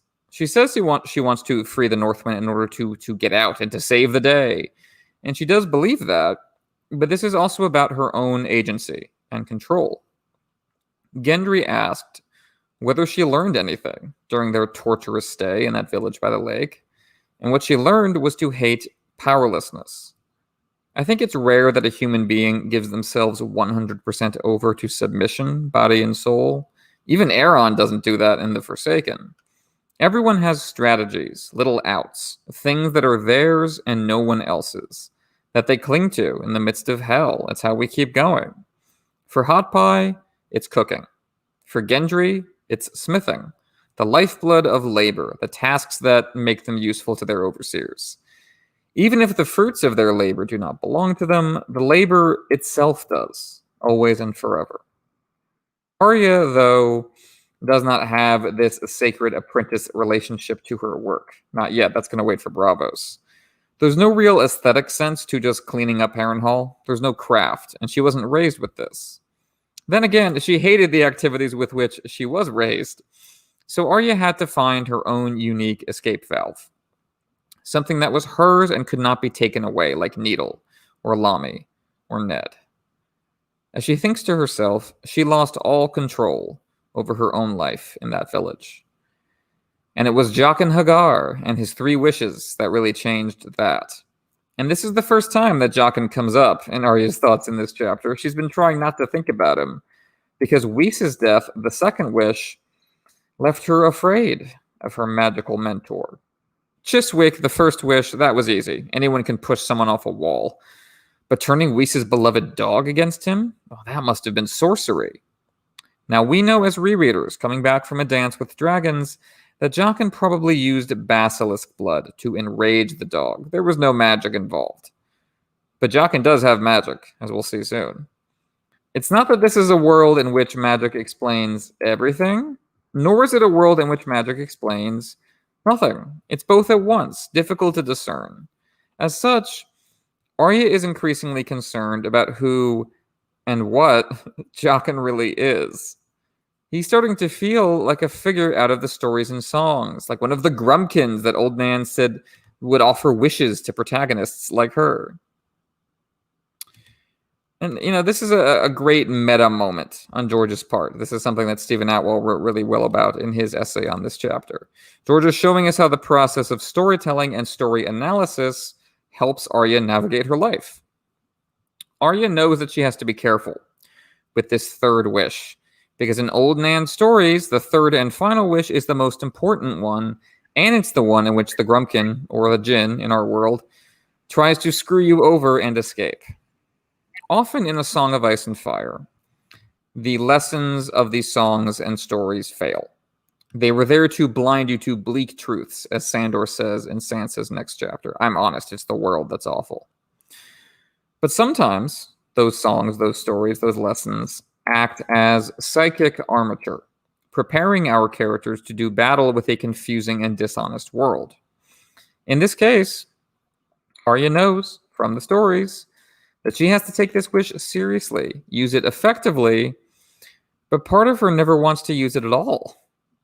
If she uses her last wish, she's out of power. She's back to being a mouse. As long as she could use that wish on anyone, she need not fear anyone in particular. Everyone she encounters is a name she could whisper and erase. But as soon as she picks one person, the second that potential power is actualized, it's gone. And she has no way to keep the fear from returning at that point.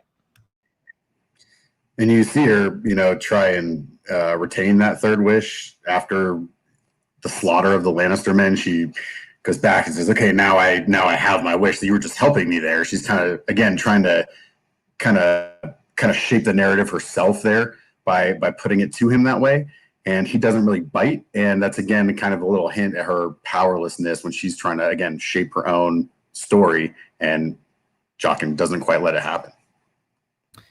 It's her own little gamesmanship that she's using, and that's it's she can bend the rules but not break them. It's that bittersweet in between status I love so much with these characters. And what Arya is feeling here is a feeling that applies to so many situations in life, not just lethal ones. Anticipation can be a stronger feeling than consummation.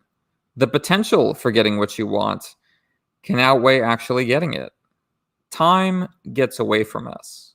And so looking forward to a future moment can feel more rewarding than getting it, and then suddenly it's in the past. How to solve this dilemma? How can Arya reconcile her desire to use her power with her fear of what happens when it's gone? As always with the Starks, her oasis is a godswood, a liminal space of privacy and peace.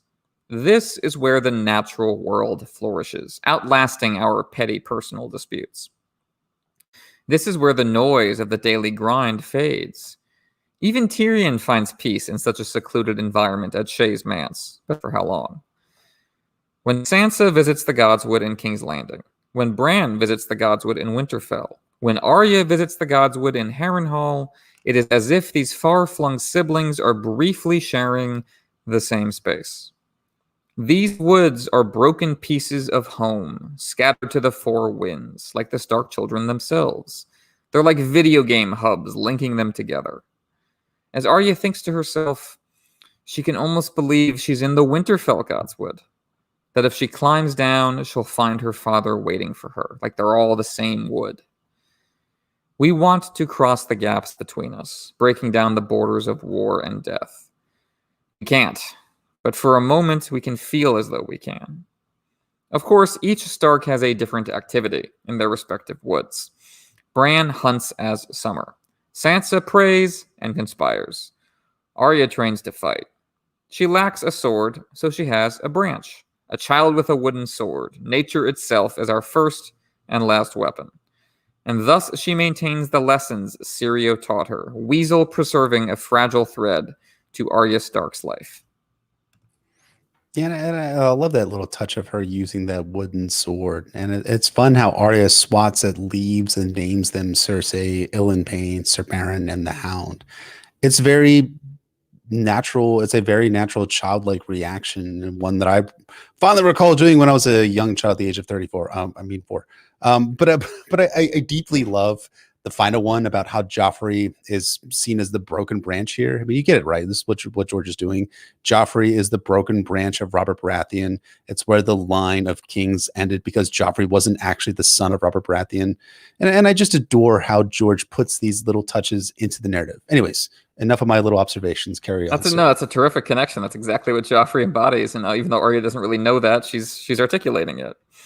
And the old gods, too, are part of that old life of Arya Stark, spoken to by the Godswood.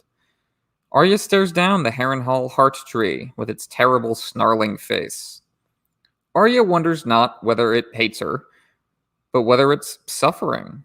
Can gods feel pain, pass away, and die, like Maester Luwin said a couple of Bran chapters ago? It speaks to Arya's empathy, that she reacts not with fear, but curiosity as to what lurks behind this monstrous face, shades of Sandor and Sansa there. It also speaks to Arya's need to know the unknowable, running around underfoot learning everything, impatient with sanctity and decorum. She tries to pray silently and politely, asking for help against Amory, for help getting home, for help never having to feel afraid again, but she can't keep up this silent, polite act for very long. Arya remembers how her father used to pray that way, and how it didn't save him, when Joffrey ordered him beheaded, and that makes her angry. And I understand why. Arya feels forsaken, like Aaron, like Job.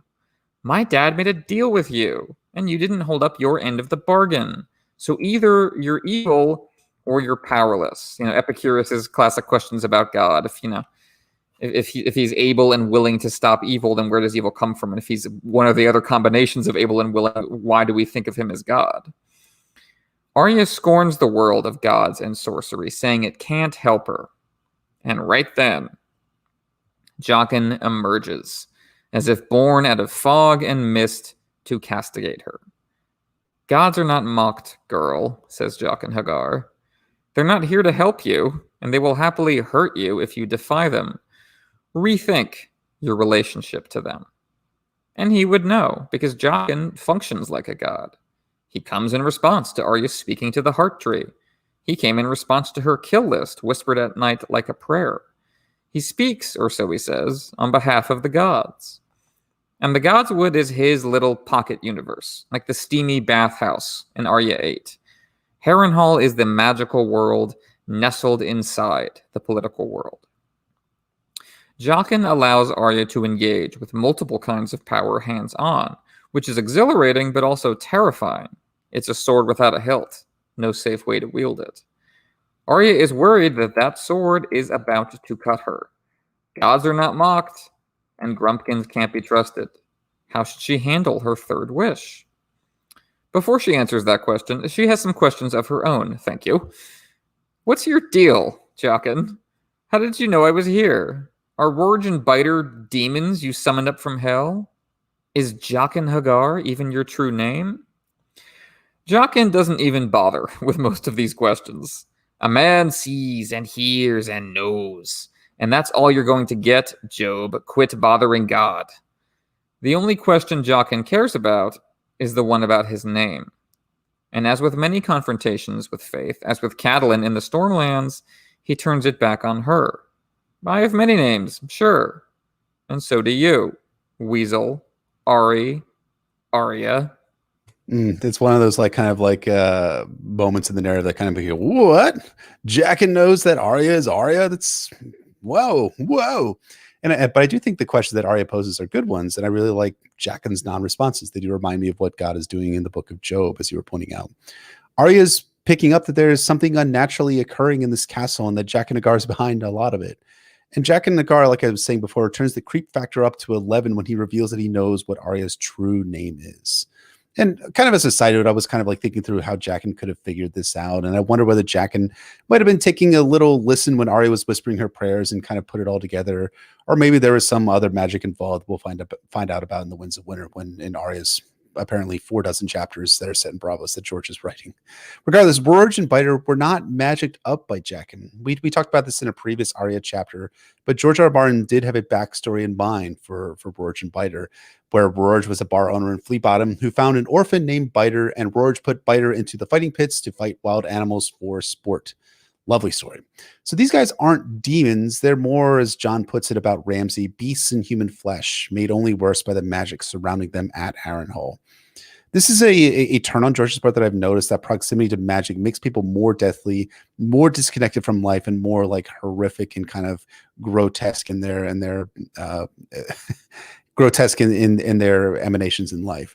And we're going to encounter a version of this in 3 weeks' time when we meet the Undying in Karth, and when we encounter Bloodraven the Three-Eyed Crow, of course, when we'll see a version of this in A Dance with Dragons. And with Arya, we start to see George doing the shaping work for her journey to Bravos and her half-assed attempt to join a death cult named the Faceless Men and becoming no one while taking on new names and identities. We see the seeds here of that arc in A Clash of Kings that Jaqen helpfully summarizes. Weasel, Ari, Arya. In Feast, Dance, and Winds, it's Cat of the Canals, Blind Beth, the ugly little girl, Mercy, and then at some point, it's going to be Arya of House Stark yet again. We all wear these masks. It's just a question of why, where, when, how effectively. Who we are is a question with no permanent answer.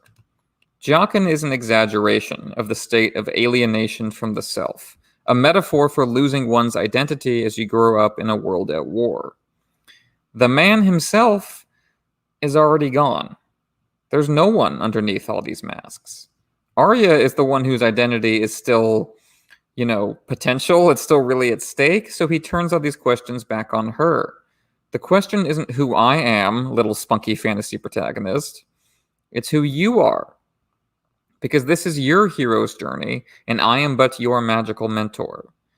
Names have power, binding words sinking into the soul. Arya responds to her name being spoken aloud by retreating to the heart tree behind her. The very gods she just mocked are still her source of strength when faced with devastating self-recognition, alienation from her own face in the mirror. But there's a flip side to Jaqen knowing her true name. That means he knows her true cause. Maybe the gods have sent him. Again, as a magical mentor, Jaqen is linked, like Jojen and Melisandre, to divine will. Alas, the gods do not directly answer prayers, and Jaqen has not come to help Arya. Not exactly. He has come to fulfill this sacred deal that they made. He won't help her free the Northmen any more than Gendry, but for different reasons. Gendry wants to stay beneath the war. Jaqen hovers above it. Gendry will work for anyone. Jaqen works for no one, is no one. You saved 3 lives, so you owe 3 deaths to bring the world back to balance, the absolute zero of the gods. This is not about the Stark cause. Jaqen doesn't care about that any more than Melisandre actually cares about the Iron Throne. I'm not your political mentor. I'm your magical one. I'm the Jojen of this storyline, not Maester Luwin. The war, we keep being told, is what the story is about, doesn't actually mean anything to these characters, or at least not what it means to Arya. She has to juggle all these priorities that keep complicating her easy narrative, which is all part of the process of growing up. Arya considers for a moment, and then springs a trap on Jaqen that is so beautifully constructed that I would say it's maybe her most clever moment as a character. You can kill anyone, she asks. Any powerful person? And Jaqen eagerly agrees, thinking he's about to be sent to kill Joffrey. He swears it by every god, old and new, ice and fire, the world in his hands, and therefore Arya's. But then Arya makes her move. The powerful person I want you to kill is Jaqen H'ghar. I want you to kill yourself. Arya has mastered her own master. Jaqen thought Arya was putting him up against physical political power, drawing from the lesson she learned with Whisa's death. I got to go after someone higher on the ladder this time. Arya, however, has actually dodged right around that insight to a more useful one in the moment. What happens if I force this nowhere man to look in the mirror and implicate himself? That is the one life Jaqen really doesn't want to take. And yet he is hoisted on his own petard, having already promised he could and would do it. Arya learned the lessons from old Nan stories, combining them with the lessons Gendry wanted her to learn from Gregor's ultraviolence. Her literary analysis has proved the key to mastering her power dynamics. Instead of losing herself in the possibilities and pitfalls of sorcerer's power, she has turned sorcerer's power against itself, and so taken control of it. It's one hell of a move, and you can tell by the way Jaqen briefly smiles that he's impressed by it, even as it makes a ton of extra work for him. He tries to wiggle out of it by saying that without him, Arya would feel isolated and friendless. We were talking about that earlier in the chapter. But that was inevitable as soon as she used her third wish, no matter who she used it on. She would always go back to feeling like a mouse. So she wants to use the third wish to actually change that feeling. She threatens his life in order to get him to agree to her unorthodox use of the third wish. And we'll have to wait for next week to find out what happens with that third wish, right? But I did want to talk about one thing that kind of struck me in this chapter and rereading all of Arya's chapters coming up to this point. And that's how Arya's thoughts about Harrenhal are all sourced to her own observations in Old Nan's stories. Arya is observant, taking the lessons that Ciro Farrell taught her to look with your eyes to figure out so much about this castle. The sounds the wind makes, Arya knows that. How your feet sound when they patter against the ground, Arya knows that too. Which doors are guarded and who might ask questions if she passed by, Arya knows that. Much of this observation on Arya's part is her close analysis on how she can escape the castle, looking for weaknesses and potential escape routes out of the castle. Factor in Old Nan, and we see the sordid history of Harrenhal's more ancient memory, stories of Harren the Black, Aegon the Conqueror, ghosts, etc. But now that Arya is in the haunted castle, she's not afraid of the castle or the ghosts in it. She's seen far worse things done by men than done by spooks, so she's not scared of the haunted castle anymore. There is, though, a significant omission in what Arya knows about Harrenhal. Ned. We don't have Arya recalling a time when Ned told her about, I don't know, say the tourney of Harrenhal, that formative moment in Ned Stark's early life. Seemingly, Ned so tightly guarded his secrets that he only recalled it in his fever dream in his final Game of Thrones chapter, and seemingly never spoke of it to his children. We see some evidence of this in A Storm of Swords when Jojen twice asks Bran if Ned had ever told him the story of Harrenhal, and Bran says, no, Old Nan told the stories. His dad never spoke of such things. Here in Arya's chapters, it's all omission. Arya never once thinks of a story Ned told her about Harrenhal, despite it being a formative experience in Ned's life. And this connects, of course, with R+L=J and how Ned tried to save Jon's life by rarely speaking of the past and never speaking in any specificity of the past at all. As Catelyn says in Catelyn 6, Ned was gone now, and his loves and his secrets had all died with him. That's great. Just like how Arya thinks she can climb down the tree and find Ned waiting there, ready to smile and hug her and take her in and tell her everything. But he's not there, and he told her everything he was gonna. I'm sure there's much more he wanted to say to her and Jon. But just like how, like with Rhaegar before the battle talking to Jaime, it's a road not taken. And what good does it do to speak of it? So, taking us to foreshadowing and groundwork, only one element we're going to talk about here. There's a bunch more to be talking about in part 2 of this chapter. Arya hiding her sword is something that's going to happen again in A Feast for Crows with her literal sword, when Arya hides Needle instead of throwing it into the Braavosi harbor. So this is, Arya hiding her tomboyish side, her weapons, her violence, her connection to home. It's, everything she has to keep away and keep hidden. And it's a great way that George kind of like builds the storyline that Arya's like hiding her identity, so to speak, in the sword. And of course, Needle is going to represent so much to Arya, which of course is not going to be violence and things like that and revenge, as certain showrunners had said. In season 6, it actually speaks more to her identity as a Stark and what it actually means for her to be a Stark and to have a brother in the form of Jon Snow. So this is a good touch. Again, it's something that George is going to revisit in A Feast for Crows, and I think it does speak in A Feast for Crows toward that eventual journey of Arya back from Braavos to Westeros. Well said, sir. So, taking us into our discussion portion for the episode, something that's kind of interesting that happens here with Arya's relationship to Jaqen. We'll be talking more about it specifically next week, how it ends, but unlike a character like Bran or Daenerys, Arya's connection to magic seems briefly severed at the end of this book. And it's like, what's, Bran's still going with Jojen, to the north. Dany's still got the dragons around her, a bunch of prophecies. But what's Arya's relationship to magic look like? And it's kind of more fragmented and not as linear and clear as certain other characters. And so I wanted to talk a little bit about that and to turn it over to our guest to talk about. What do you think about Arya's relationship to magic? Yeah, I love it. She's not out here birthing dragons or herself, resurrecting the dead.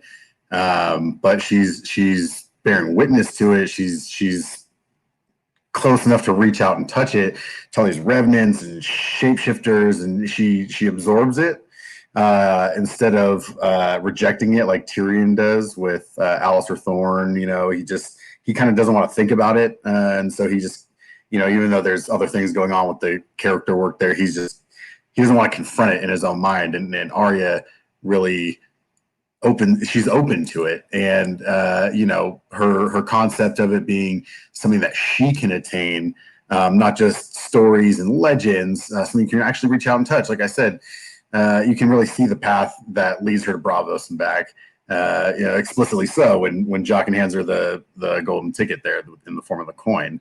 And there's Jaqen H'ghar himself, Jaqen. He's a shapeshifter, speaker of riddles, assassin, man of mystery. Names have no meaning and the heaviest possible meaning to him. he and Arya can shed names as easily as someone changes their socks, and he can do it with his face. But when Arya names him in that third death, his death is clearly and instantly inevitable from her lips to the god of death's ears. She's shook until he's able to, barely negotiate his way out of it. Not that she probably would have really pulled the trigger on that anyway, but you can see the relief, in him when that happens.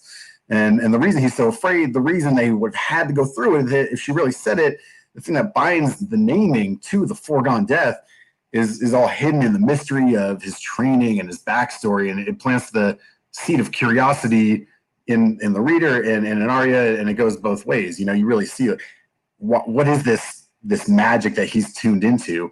And I just love that there's just little hints of it. You're not really, again, fully facing it. It's something that you just kind of see, kind of reach out and touch. You're in proximity to it. He shows her that other way to channel fear and anger and her developing relationship with death, and just hanging on to that control over her life, like we talked about. And as you're saying, it's so caught up in death and devotion, even more than direct displays of supernatural power, because Jaqen changing his face does have a huge impact on Arya, obviously. But the deeper currents that stick with her, as you say, is this sense of, wow, Jaqen really would have gone through with it. And what does that say about him? And where is he from? And what kind of man is he? And what kind of power makes someone like that? And that, I think, that haunts Arya, and that curiosity drives her on, as much as the power itself, as much as the spells themselves. It's that deeper relationship to death and violence that I think you can see connecting throughout her story. And I think that's what makes it kind of linear. It feels like a linear on that theme, even though magic itself keeps jumping in and out of Arya's story. Yeah, for sure. And, I think that's really well put. And I think that when she sees him change his face, I think that kind of foreshadows some of the stuff with the Brotherhood. There's that kind of ups the ante a little bit with Beric, the resurrection, and again, the relationship to her father and how she talks to Thoros about that. Could you bring back a man with no head? Oh man, and that stings. And her relationship with Ned is one of those things that I love most about her character, and that's just always in there. And the part of him that carries on in her, and the part of Lyanna as well. There's the whole Stark heritage that just never goes away, and that is going to bring her back full circle to Westeros eventually. And in that vein, I see her ongoing focus on her kill list, somewhat analogous to Lady Stoneheart's quest for vengeance. And whether that leads to an encounter between the two, or only serves to draw certain parallels as readers, I think kind of remains to be seen. But in the world of Westeros, there's that type of gratification that goes kind of beyond stealing Sir Amory's treats. She yearns desperately for power and agency. Chapter after chapter after chapter, she's reminded that she has none to speak of, as you laid out so succinctly.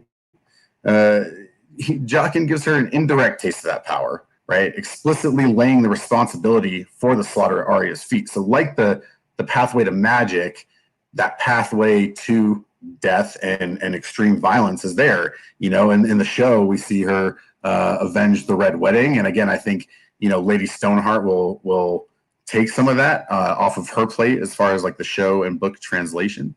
But he lays that right at her feet and gives her death mantra in Valar Morghulis. The distance between spitting in or stealing someone's food and then being directly implicated in all these brutal murders is pretty vast. We see the long-term foundation of the bridge across that divide being built right here in this chapter. If you follow that far enough, you arrive at the question: can revenge, omerta, rowenge, fill the hole in Arya's heart? And I think that's like one of the things that we talk about for Arya's story, and that, and this is the point where I think the show kind of went a little astray when we get to the later seasons of the show, because they ended up making Arya into kind of this revenge-minded character that pursues it all the way to the point of events at the end of season 7 in Winterfell, which don't make a lot of character and plot sense for Arya, because I think Arya's story ultimately is a story that's supposed to be against revenge. And I do think the idea of her leaving Braavos eventually at some point in the storyline is supposed to be not her rejection of magic necessarily, but her rejection of that mantra of giving in to death, of giving into this death cult. I do think she will take the powers that she learns from the Faceless Men and that she has been learning throughout her arc and bring it forward. But it has to be in the context of her almost like rejecting like the call, so to speak, in the anti-hero's journey, so to speak, as well for her as a character. She has to move beyond this revenge fantasy. And I think at the very least, Season 8 did a good job with Arya moving beyond that point of her story, even if she had to literally be kicked down the stairs, so to speak, by Sandor Clegane going up the Red Keep in order to avoid participating in some sort of murder of Cersei Lannister. And then from there on, she then journeys into exploration, which I think is a natural part of Arya's storyline, something we see here where she is consistently exploring places in Harrenhal, the Godswood, knowing everything about that. I think that is a far healthier vantage point for Arya to journey forward in her arc.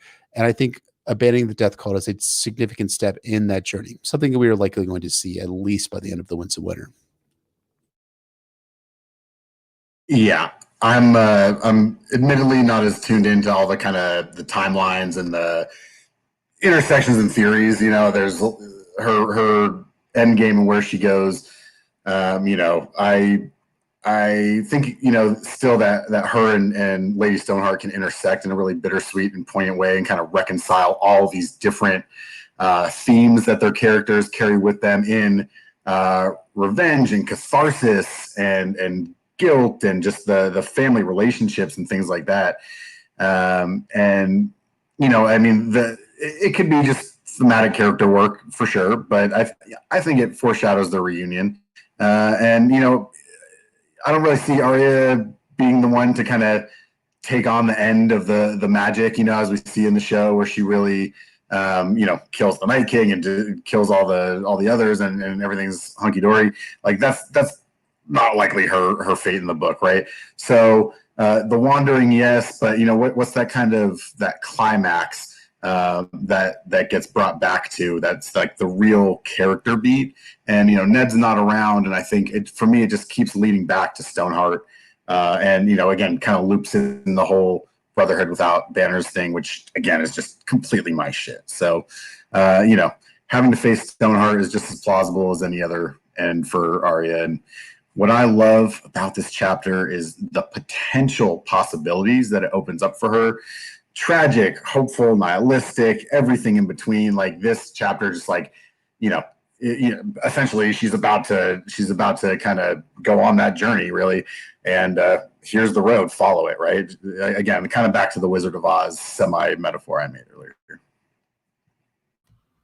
I think Wizard of Oz holds up for this, and that same sense of a weird dreamscape in Harrenhal, but also those choices, those big choices that so many fairy tales and coming of age stories come down to. And I think you hit the nail on the head, Zach, that you could draw an optimistic or a pessimistic look from this chapter. It's really both captured so well, and there's such artistry in that. And I think you can see that across Arya's relationship to magic. Absolutely. And yeah, it's a great way to kind of close out this chapter, this first part of this chapter on A Clash of Kings Arya IX. So as always, thank you so much to everyone for listening. For those of you who are sticking around for our live cast, we will chat and answer some questions. We'll all come off mute for that portion of it. I know some folks have been having some issues with the audio and video kind of not syncing, and I think it'll all be clear up when we come off of mute for the Q&A portion of it.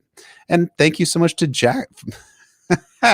Thank you so much for Zach for joining us. And where can people find you online and all the things that you do, sir? Yeah, I'm not all up in the theories and the discussions, like I said, but I'm on Twitter at WolfmanZack _ It's a lot of baseball and politics. On Instagram at WolfmanZack. And if you can find me on Reddit, you win a prize. Well, I'm going to have to be pursuing that prize from here on out because I am on Reddit, so to speak. If you have the chance, please rate and review us on Apple Podcasts, Google Play, SoundCloud, Podbean, Spotify, anywhere and everywhere where you find our podcasts. You can check out our Patreon at patreon.com/Nauticast, ASOIAF. You You can follow us on Twitter at NotAcastASOIAF or shoot us an email at NotAcastASOIAF@gmail.com. You can find me at Poor Quentin on Twitter or at PoorQuentin.com. Oh, you're off. Got off mute, buddy. And you can find me at Brennan Beefish on Twitter, Brennan Beefish on Reddit, and my website is warsandpoliticsofIceandfire.wordpress.com. We want to shout out and thank our high lords and ladies on Patreon. Red Ralu himself, who has renounced his allegiance to the Squishers. Lady of a Thousand Words, Septon Eastwood of Introvert Isle. Septon Maribald, the Shoeless Sage. Sister Winter, Lady of the Wolfswood. Nessie the Elusive, Warden of the Neck. Defender of the North and Keeper of Secrets. Sandy the Dragon, Blood of Queen Daenerys and Lady of Jameson. Lady Britt, Bastard Mistress of Harrenhal. Sir Thomas the Raven Knight, Lord of Blackwood. Lady Dillsdale, the Star Spear of Crescent Hill. Sir Way of Course. Matt, Warden of the Sanguine Shore. Lord Mark Connington, heir to Griffin's Roost. Lord Sam Kay. Sir Michael Mertens. Wisdom Benjicott, Alchemist of Sets and Quanta, Mage of the Arts of Boolin de Morgan. Tibbs the Great, of House Catnapping. Lord J. Manderley, Baker of the Frey Pies. Septon Merriful Head of Hair. Lady Silverwing. Joe Snow, King of the Metro North and Protector of the Tri-State. Kaboth the Unfrozen, Lord of the Bricks and Castle Crimson Light. Sir Keith of House Corbray, wielder of Lady Forlorn. Lord Andrew, Warden of the Dubai Sands. Ryan Noy, Forger of the Mighty Hammer and Keeper of the King's Anvil. Lord Young of the Ghost Woods. Lady Mira Reed, wielder of Dark Sister, Slayer of Tinfoil. Lady of Rainy Afternoons. Sir Will of the Anarcho-Syndicalist Commune. And our newest High Lord, Lord Clay. So thank you so much to all our High Lords and Ladies, and welcome to Lord Clay.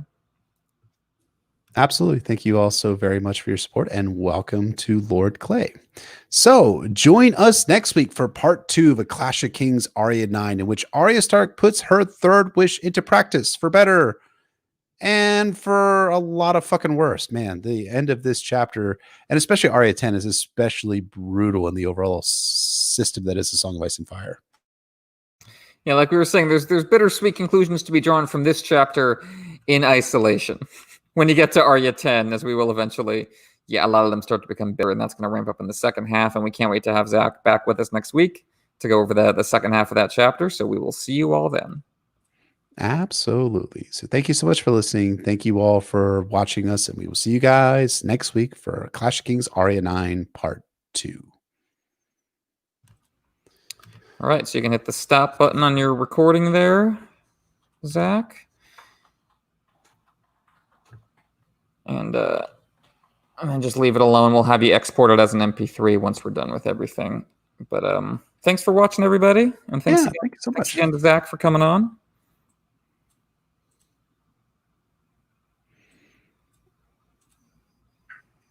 There you go.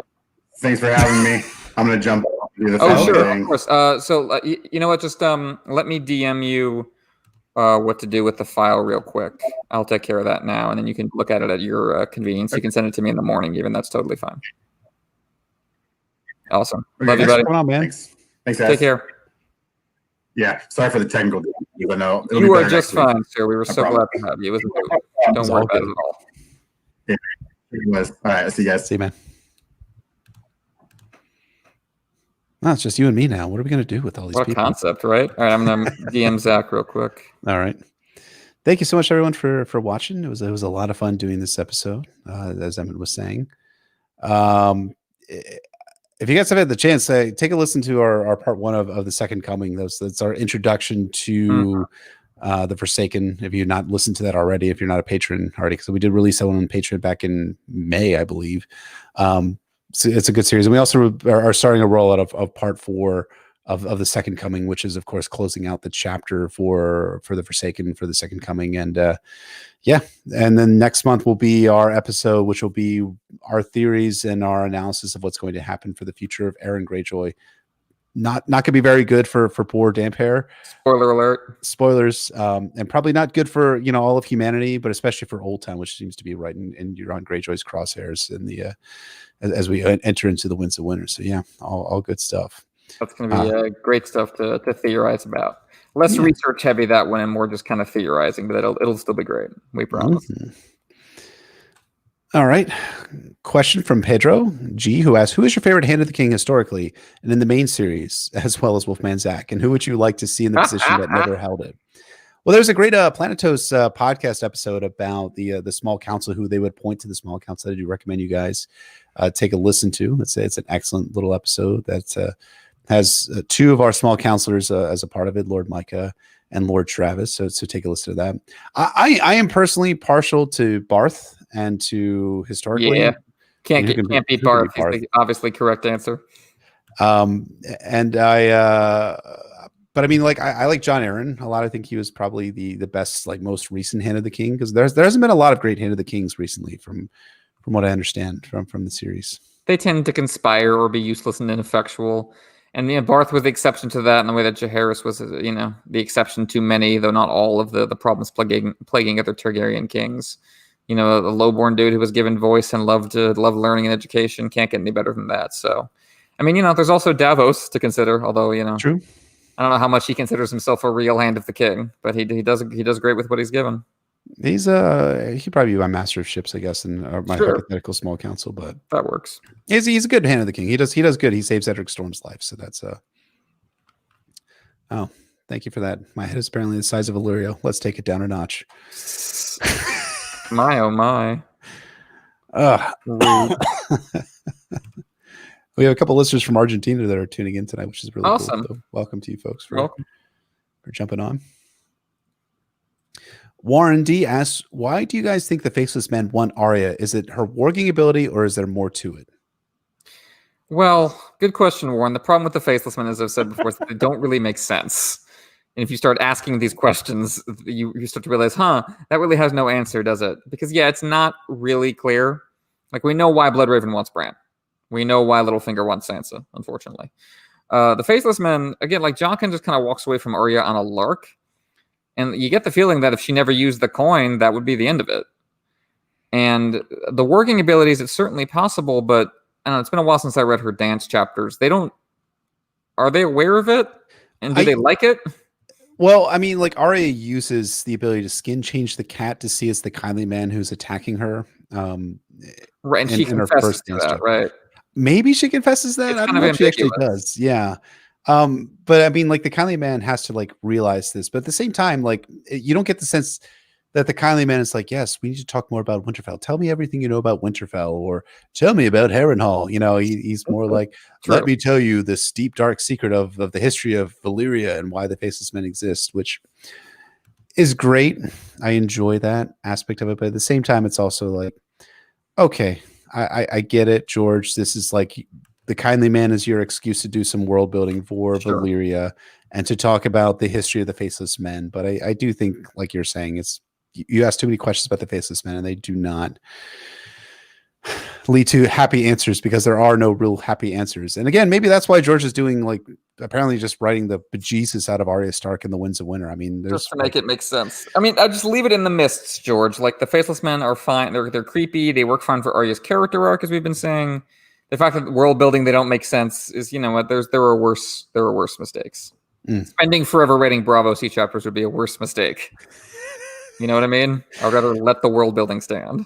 Here's a question for you. I mean, what do you think about George saying that he was seemingly writing a Vic or Victarion chapter? Like you think he would be dead like in chapter 2 or 3 of the Winds of Winter? Maybe that's what he's writing. I can hope.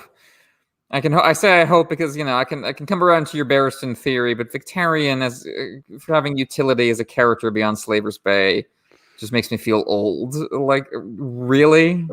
What more are we getting out of him? I mean, I really enjoy Victarion's POV chapters as a joke on him, but I don't want him around anymore. So we'll see. Yeah, I agree. Guilty Undertaker asks, jumping back to the last chapter, could Ramsay/Reek be seen as Theon's version of Jaqen? That's interesting. What do you think about that? Jaqen doesn't try to murder Arya Stark. Jaqen also doesn't like. Yeah. I mean, Jaqen is. Ramsay's not a mentor figure for Theon Greyjoy. Theon doesn't learn anything from Ramsay, right?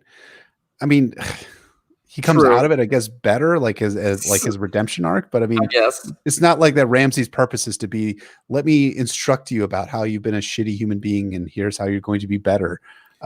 Ramsay just tortures him, and Yeah, I mean, maybe they do you think they function like literally the same way? I think they function in terms of temptation figures because Ramsay does lure Theon to kill the kids a little later in the Clash of Kings, and Ramsay does like show up smelling of soap at one point after he cleans up, the way Jaqen always smells of soap.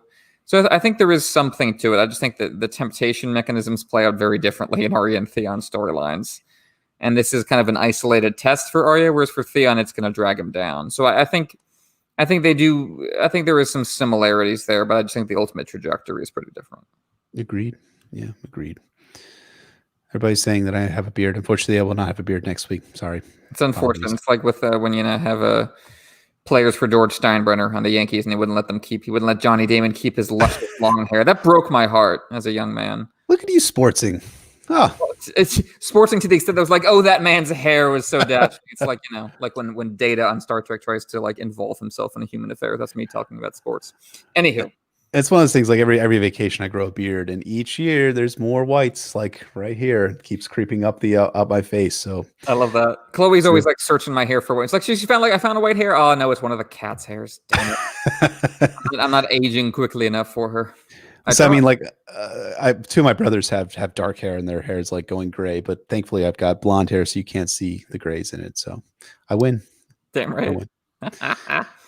Redzo asks, do you think Lady Stoneheart may seize Harrenhal from Bonifer Hasty and become the third Witch Queen of Harrenhal like Alice Rivers and Mad Danelle Loston? Remind the folks what you think is going to happen to Bonifer Hasty and how that whole Harrenhal plot is going to work out. What are your thoughts there? I always figured that Bonifer would die. Yeah, I mean, die, right. Obviously, he's fucking doomed. Good start. I thought that he would join up with the... And I'm surprised this has not happened by the end of A Dance with Dragons, that he would join up with like the military orders for the Faith Militant. Right. Sure. Oh, that would fit. He's still sitting in Harrenhal apparently. So with his Holy 86, which I think is a great turn, George. For sure. Yeah. But it's also like weird. Like Bonifer's like a strange character because he was a Stannis loyalist and he fought at the Blackwater for Stannis. Then he switched sides for Stannis. So he fought under the banner of the Red God, and then he switched sides to Joffrey, and now he's up in Harrenhal. I mean, he's dead. I mean, he's got the Rhaella. Right, he's got the Rhaella, yeah, the Rhaella connection, which is what Barristan, I think, references to Dany right before her wedding, and Dany 7 from A Dance with Dragons. Right. I mean, would Catelyn be, or Stoneheart be the third Witch Queen of Harrenhal? I guess, I mean, it's Harrenhal. Bad things have to happen. And Bonifer Hasty is very arrogant and pompous when we see him in Feast. It's like, yeah, that dude's being marked for death by the author for a comeuppance. And Stoneheart, is a major figure causing bloodshed and death in the area. It makes sense to that extent. I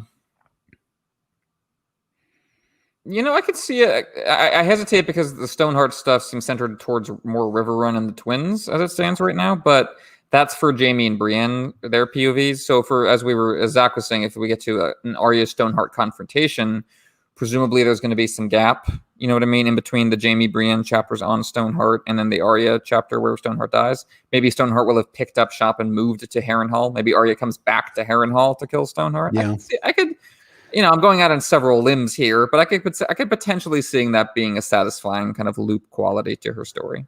I just want the Brotherhood to go north, to actually be involved in the Long Night in some way, and Stoneheart to be back potentially encountering Sansa or Jon. I think that would be an interesting to have two Fire Whites like involved with each other. Maybe, I don't know how. Yeah, Stoneheart and Jon. I can see the appeal. I just don't know how much. I don't know how far gone she is, in terms of making that a meaningful moment. But it could well be. Yeah, it just feels like there's resolved tension between the two that needs to be resolved at some point. But again, how much more story can you pack into Song of Ice and Fire than what George might already have planned? McMahon asks, assuming he could pull off an English accent, do you think Adam Driver would be a great Jon Snow? I could totally see it. Yeah, he's got the long face. He's too tall. He's quite tall. Adam Driver, he's a little too. we talk about Jon Snow being emo, but Jon Snow is a jock, and I say that without like prejudice. But like, he's not like Lord Byron, he's not Joshua York. You know what I mean? Yeah. And Adam Driver kind of is. Like, there's this, Adam Driver, he's got this kind of this is calculated on his part, but he's got kind of like a disaffected, like Jim Jarmusch downtown New York City kind of boho kind of vibe, and that's just not Jon Snow at all. Like, I want to know more about this. Huh? I don't know anything about this, like the boho vibe. What is Bohemian? I'm assuming. Yeah, like, I mean, he was in Girls, the show. No, I remember that. He was great in Girls. Became a thing, and so like he's with the hipster hat, and like he's that kind of guy. And like, I don't think Kit Harington had great range, but one thing I liked about him as Jon Snow is that he did not look cool, which is appropriate because Jon Snow is not cool at all. Miserably, pathetically not cool. And Adam Driver is a little. Again, you have this problem with casting people for television because you want cool, dynamic, exciting actors. Brienne doesn't actually look like Gwendolyn Christie in the books. But like Adam Driver, I think he would be he might even be better for Theon now that I think about it. But Adam Driver's Jon Snow, I think he might, for me personally, he might be a little too dashing. I think he's got the long, ugly face, but he's a little too, he's a Sith Lord. He's a little too. Okay, so who would you cast as Jon Snow if Kit Harington and Adam Driver out of the picture? I don't know. It's a good question because he kind of needs to look ordinary, and in a way that I don't generally associate.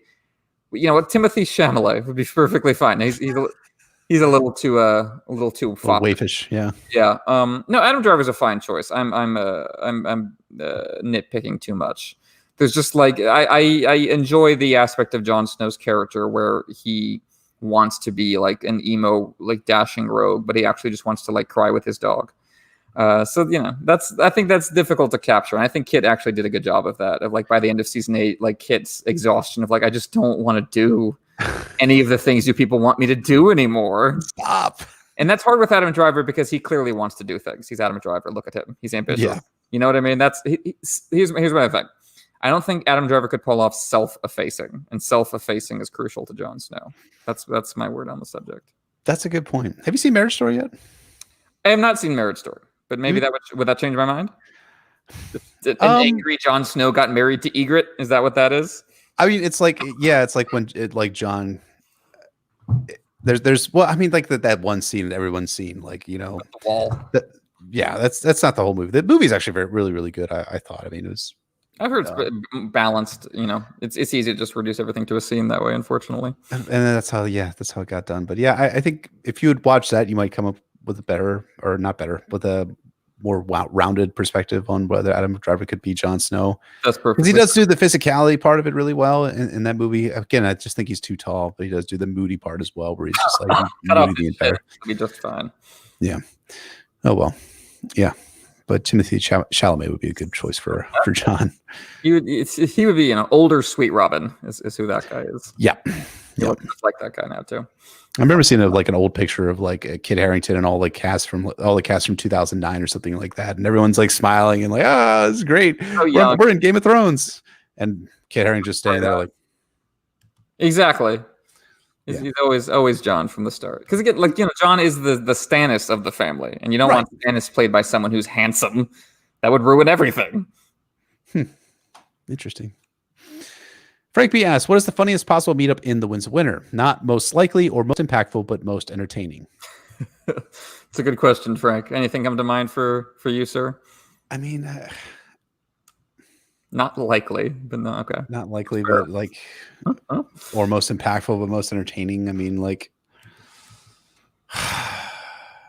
I'm just imagining like Victarion like meeting up with like a White Walker at some point, like, or like an other. That'd be a fun conversation. Yeah, like Victarion just be like howling at him like from across the way. Stannis and then someone else who would Stannis be unlikely to meet up with? Who would just drive up the wall? I know Frank has knows the appeal of this one. If Stannis does indeed get talked to by Bran and Bloodraven through the tree at the Crofters Village, that will be hysterical. Because just because everything about Stannis' character is just geared to not enjoy the prospect of a small boy in a tree telling him about mercy. Like it's gonna irritate him highly. So Yeah. That would be fun. But we've said before that all of Dany's like counselors are gonna have like interesting little interactions if they all get into a room together at some point. Like, whatever Marwyn and Makura would have to say to each other, I imagine would be interesting. And then Tyrion, Barristan, all those folks, yeah. Tyrion making fun of people, that'll be one of the funniest possible meetups. Tyrion making fun of Barristan could be delightful. Yeah, gosh, that would be so great. Yeah, that's what Barristan has to survive. Not because of the Exactly. turn and stuff, but because Tyrion's the worst gauntlet is Tyrion's mockery. It's true. Mm-hmm. Petro asks, how would Stannis react if he encounters Daenerys? Probably with machismo. Well, machismo is maybe more generous to Stannis than he deserves.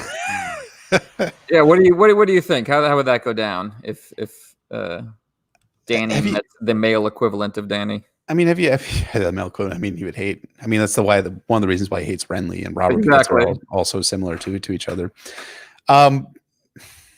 There's been a lot of like people who have said things like, "Oh, Stannis would absolutely give up his claim if Daenerys Targaryen showed up because she is the rightful queen of Westeros." Did you say "all"? I said "lol." Oh, I was gonna say, "Oh, that's cute. That's a cute theory right there." If Stannis Exactly. giving up his claim. No, Stannis would not give up his claim to the Iron Throne if he encounters Daenerys Targaryen, which I don't. It's one of those things where I'm just not sure if it's likely to happen or not. I think Stannis would be really angry. I mean, when isn't he? But he would be especially angry given the fact that Dany arrives with this huge army and would probably take Dragonstone from him. So Storm's End would have already fallen to young Griff. Sure. Which is something he is complaining about loudly throughout A Clash of Kings. Then Dragonstone, this other castle falls to him, and he's left with what? What does he have up in the north? Maybe Winterfell, maybe the Night Fort, or so to speak. And he's like, I have all these things, and everybody took everything from me, and I'm sitting on a fucking ice wall called castle called the Night Fort. Yeah, I think it would be an unpleasant encounter. Do we see the potential for? I mean, we can see maybe a version of this in Fire and Blood.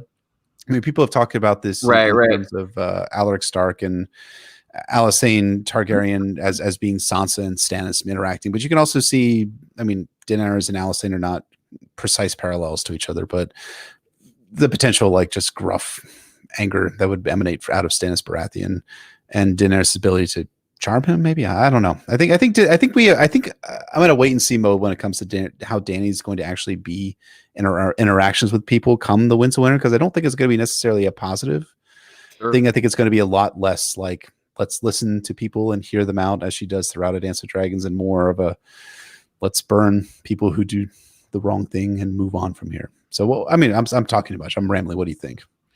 I mean, I think, Dany and Stannis can't meet like matter and antimatter. Like, Stannis occupies the Dany role before Dany gets there in Westeros. Like, that's kind of what he's doing as a placeholder.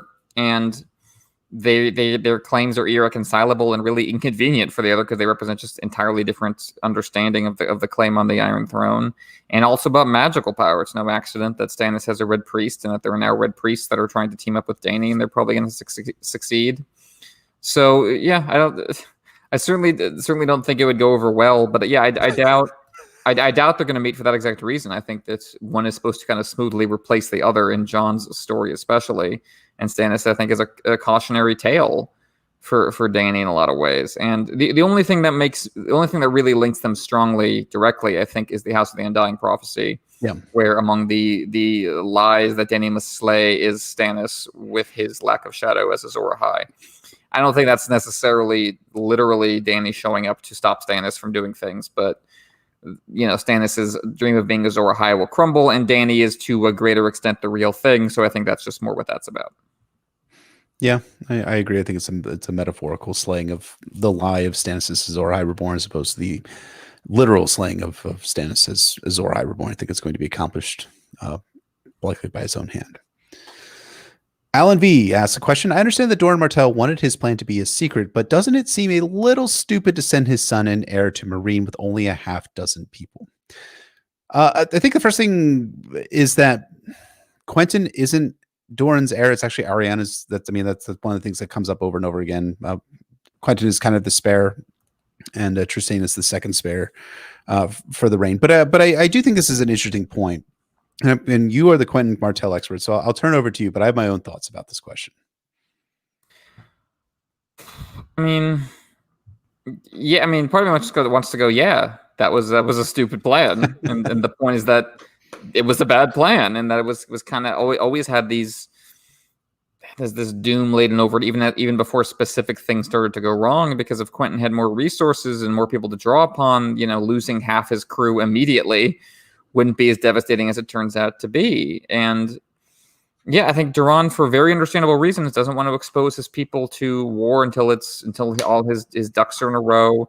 Doesn't want the Lannisters to find out what he's been cooking all these years, lest it all be exposed and it go wrong. He wants to save the children of the Water Gardens that he's focusing on obsessively. But, and this is something that Girls Gone Canon have done a great job talking about in their recent coverage of Arya Hoda chapters, that those blood oranges that are already well past ripe are very metaphorically standing in for how Duran's understandable caution has led him to wait too long. And now the plans are overripe, and now the Lannisters who actually hurt his family are already dead, and not by his hand. And, all he can do is revenge themselves upon their family, and in the process lose his own. So...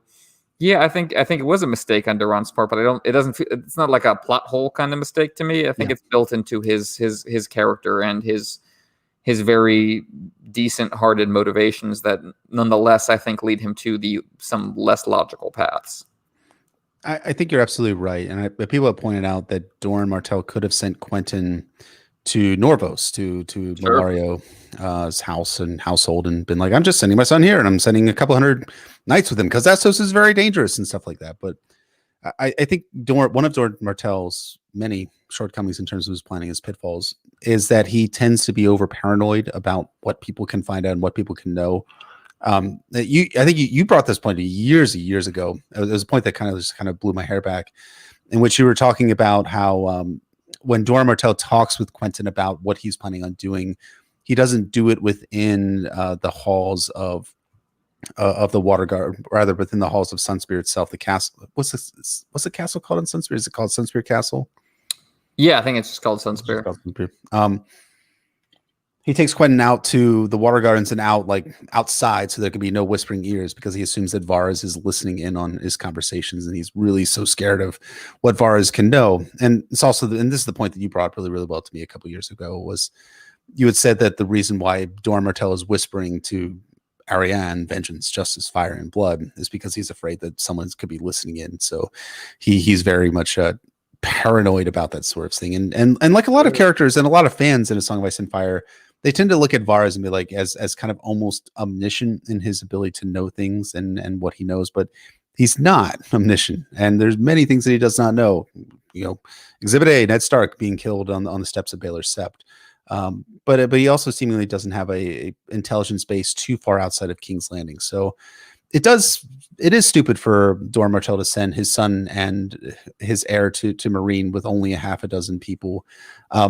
It kind of factors in well with what Doran Martell seemingly does. He has big plots done by small amounts of people. I mean, think about what happens at the end of A Dance with Dragons. He sends Nymeria and Tyene to King's Landing. But he does send more people, more spearmen up with Nym, right? He sends Nymeria back with Myrcella, and in that case he gets honor guard because he wants to be open, because he's playing along with the Lancers at that point. Yeah, that's true. I mean, Duran, I think he knows how to use every tool. It's just how and when, and he's not blind to it. He's plagued by it. He has that sad line at the end of the Watcher and Dance with Dragons that no Dornishmen have died in this war so far. Is that a good thing or a bad thing? I'm really not sure. Have I saved my people, or have I just waited? Have I missed my shot? And now whoever dies is going to be for nothing. And that's the great tragedy of the Martells, for sure. You have that righteousness, but it goes astray. You really should have sent Oberyn Martell to Daenerys Targaryen. That's really the play and right send there. Quentin to King's Landing to be like, your eyes on the small council. I'm sure he would do fine at that job. Right.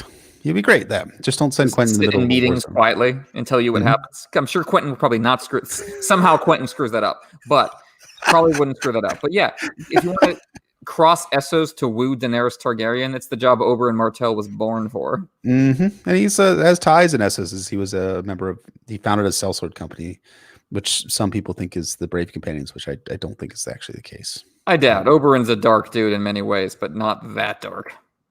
Not like stupidly dark too. The Brave Companions are all fucking idiots. Yeah, Oberyn would not enjoy their company remotely. No.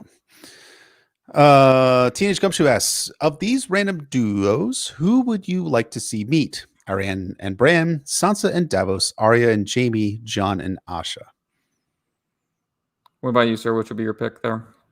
I mean, I think I think Jon and Asha would be kind of funny because like Asha's entire modus operandi is to take the piss out of people, especially men who think they're better than her due to their sex. I think that would be I think that's one that's actually more likely to occur than not. Of the other ones, Sansa and Davos, I can see that happening. Arya and Jaime. Yeah, I mean, if Jaime goes to Winterfell, I mean, yes, that's probably going to happen. I don't know. I think the one that's least likely to happen is Arya and Bran. I think Arya's story ends at King's Landing and Bran's story ends at, well, also at King's Landing, but much later after Arya is there. She's already seen some painted faces of the children, but they didn't speak up, so I think that was sort of last chance to. Yeah, I don't know. None of those particularly grab me. I like the humorous possibilities of Jon and Asha, but yeah, no, I mean, yeah, of all those particular duos, you know, Davos needs someone a little darker to work off of him than Sansa. Like a Sansa Davos conversation that's just like, oh, here's a compliment. Here's another compliment. You don't need to read that. You're so smart. Not there's anything wrong. You're so kind. Reality. Yeah, that's just not dramatically interesting. That's why Davos plays well off, like, you know, Stannis. So that's what I think. Agreed. Here's an excellent. Yeah, let's take this one and then one more, maybe. Yep, that sounds good to me. Cool. Eric asks, why do you think George decided to read The Forsaken? It's widely regarded as one of the best chapters of the series and has some pretty big reveals. Seems like you'd want to save it. My question back, does it actually have reveals? I mean, I guess it reveals damp hair status. I guess that was a minor mystery at the end of A Dance of Dragons, or at least the end of A Feast for Crows. But does it actually have big reveals in it? I would say it doesn't, but I think it really well sets up the arc that's going to occur in and around Old Town in the Winds of Winter. What do you think, sir? I don't think it has any particularly big plot reveal. I think it clearly announces the importance of this storyline and these characters in a way that I think was not super obvious to a lot of people. So I think in that regard, but like, you know, same way that you know, the House of the Undying doesn't have big reveals exactly. It just sets things up to be revealed. And I think The Forsaken does the same work. But, you know, George, obviously, you know, he didn't choose to read it himself. It was chosen by the audience, but he also he brought it up a couple of times. So it was always a possibility. And I mean, originally The Forsaken was going to be released in A Dance with Dragons, if I recall correctly. So he was, you know, past that point, it's like it was, you know, I imagine from his perspective, there's no danger to it because he was already planning on, you know, it may as well have been out in 2011 as far as he was concerned. At one point, he was okay with that. And this is speculation, but I doubt he cut it for spoiler reasons. I just think, you know, Dance was too damn big and he didn't have room for all these POVs in it. I think the problem with The Forsaken is that it's just, once you read it, you're like, oh, well, I'm going to read other things now. Like it's such a bleak, long, you know, compelling chapter that it's hard to work in context with other storylines because it's so singular. So I imagine George, you know, has been struggling for a while now to find a context in which that chapter makes sense. It didn't work in Dance. I imagine he's setting it up for it in Winds, but yeah, I don't think it's spoiler heavy necessarily. It's something that clearly sets a path forward, and I think he's just trying to find a way, you know, the position for that foundation stone to be in. I mean, it's kind of crazy to me to think that George originally thought that he could have the Battle of Ice, the Taking of Winterfell, the Battle of Fire, and apparently whatever is going to happen in Old Towns, we're just going to be discussing next month, occur at the end of A Dance of Dragons when he was writing this. I mean, when I look at the way that George is writing, and at some point I'll have an essay someday down the road about this, about George's writing of the Marinese Knot and things like that. I think that the Forsaken was written in and around the time that he was writing the Victarion chapters from A Dance of Dragons. So it was very, very late in the process of writing the book. And I think he was looking to kind of intersperse these kind of Ironborn chapters. So he would have the Iron Suitor, then the Forsaken, then you would have elements from Victarion's final Dance of Dragons chapters, but he ended up cutting it because he saw that he wasn't going to actually have the battle in the Summer Seas that'll be occurring in the Fall of Old Town and all that sort of stuff, because he realized, like, he had to have realized at some point, he's like, I'm at like 1,400 pages of the Dance of Dragons. How am I supposed to fit, you know, 4 battles into one book? But yeah. Well, we also put this Arya episode up today, so, you know, it's not always, sometimes you just want to hang on for the whole work. That's true. Yeah, it happens. It does happen there. Someone asked if I'm scrolling way back up. I'm sorry, folks. I'm way behind. Someone asked if we would have Adam Driver as Joshua York and John Goodman as Abner Marsh. John Goodman as Abner Marsh. That is delightful to consider. You know, obviously he's got more of a humor career, but he's got some darkness he's been able to mine in certain projects. So that's delightful. It was that one movie he was in where it was a spinoff from that's that monster movie that came out. It was like the hand. Oh yeah, the 10 Cloverfield Lane movie. Yes, that was a really good movie. I really enjoyed it as like a bottle, like a nasty bottle episode, almost like a show, just being stuck in a room with people, and he was terrifying in that movie. Because John Goodman's big, and it's easy to forget when he's just being like the cuddly bear kind of characters that he plays. But when he's frightening, you're like, oh right, John Goodman's as big as a house. Right. I'm scared. Yeah, as Abner Marsh, that'd be delightful. I would like to see him play that accent too. Yeah, I mean, I've always like fingered Ron Donachie as Abner Marsh, just because he does the really good voice for him for the Fever Dream audiobook, as I've said before, and he seems to look the part of kind of this older guy. All right, last question. Let's see here. You want to do an Arya question, or a religion question, or whatever strikes your fancy, sir. Whatever will just give you the best answer. Or am I going to? Aaron asked if I'm going to any cons in 2021. I think I tentatively said that I was planning on going to Worldcon. I think we were all planning on going to that, but whether Worldcon occurs or not is kind of up in the air. Exactly. It's been said a few times. So, yeah. We'll finish with a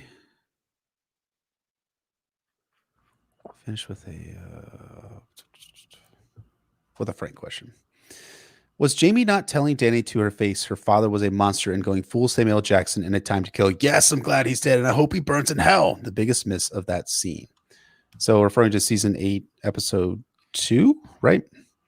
The best episode of the series. So at least of season 8. That's kind of up in the air. It's top 2 of episodes of all of Game of Thrones.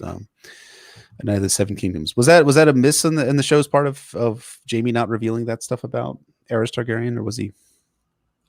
I mean, I don't know. I think you kind of have to play this game where Dany never gets to know the truth about her dad, right? Yeah.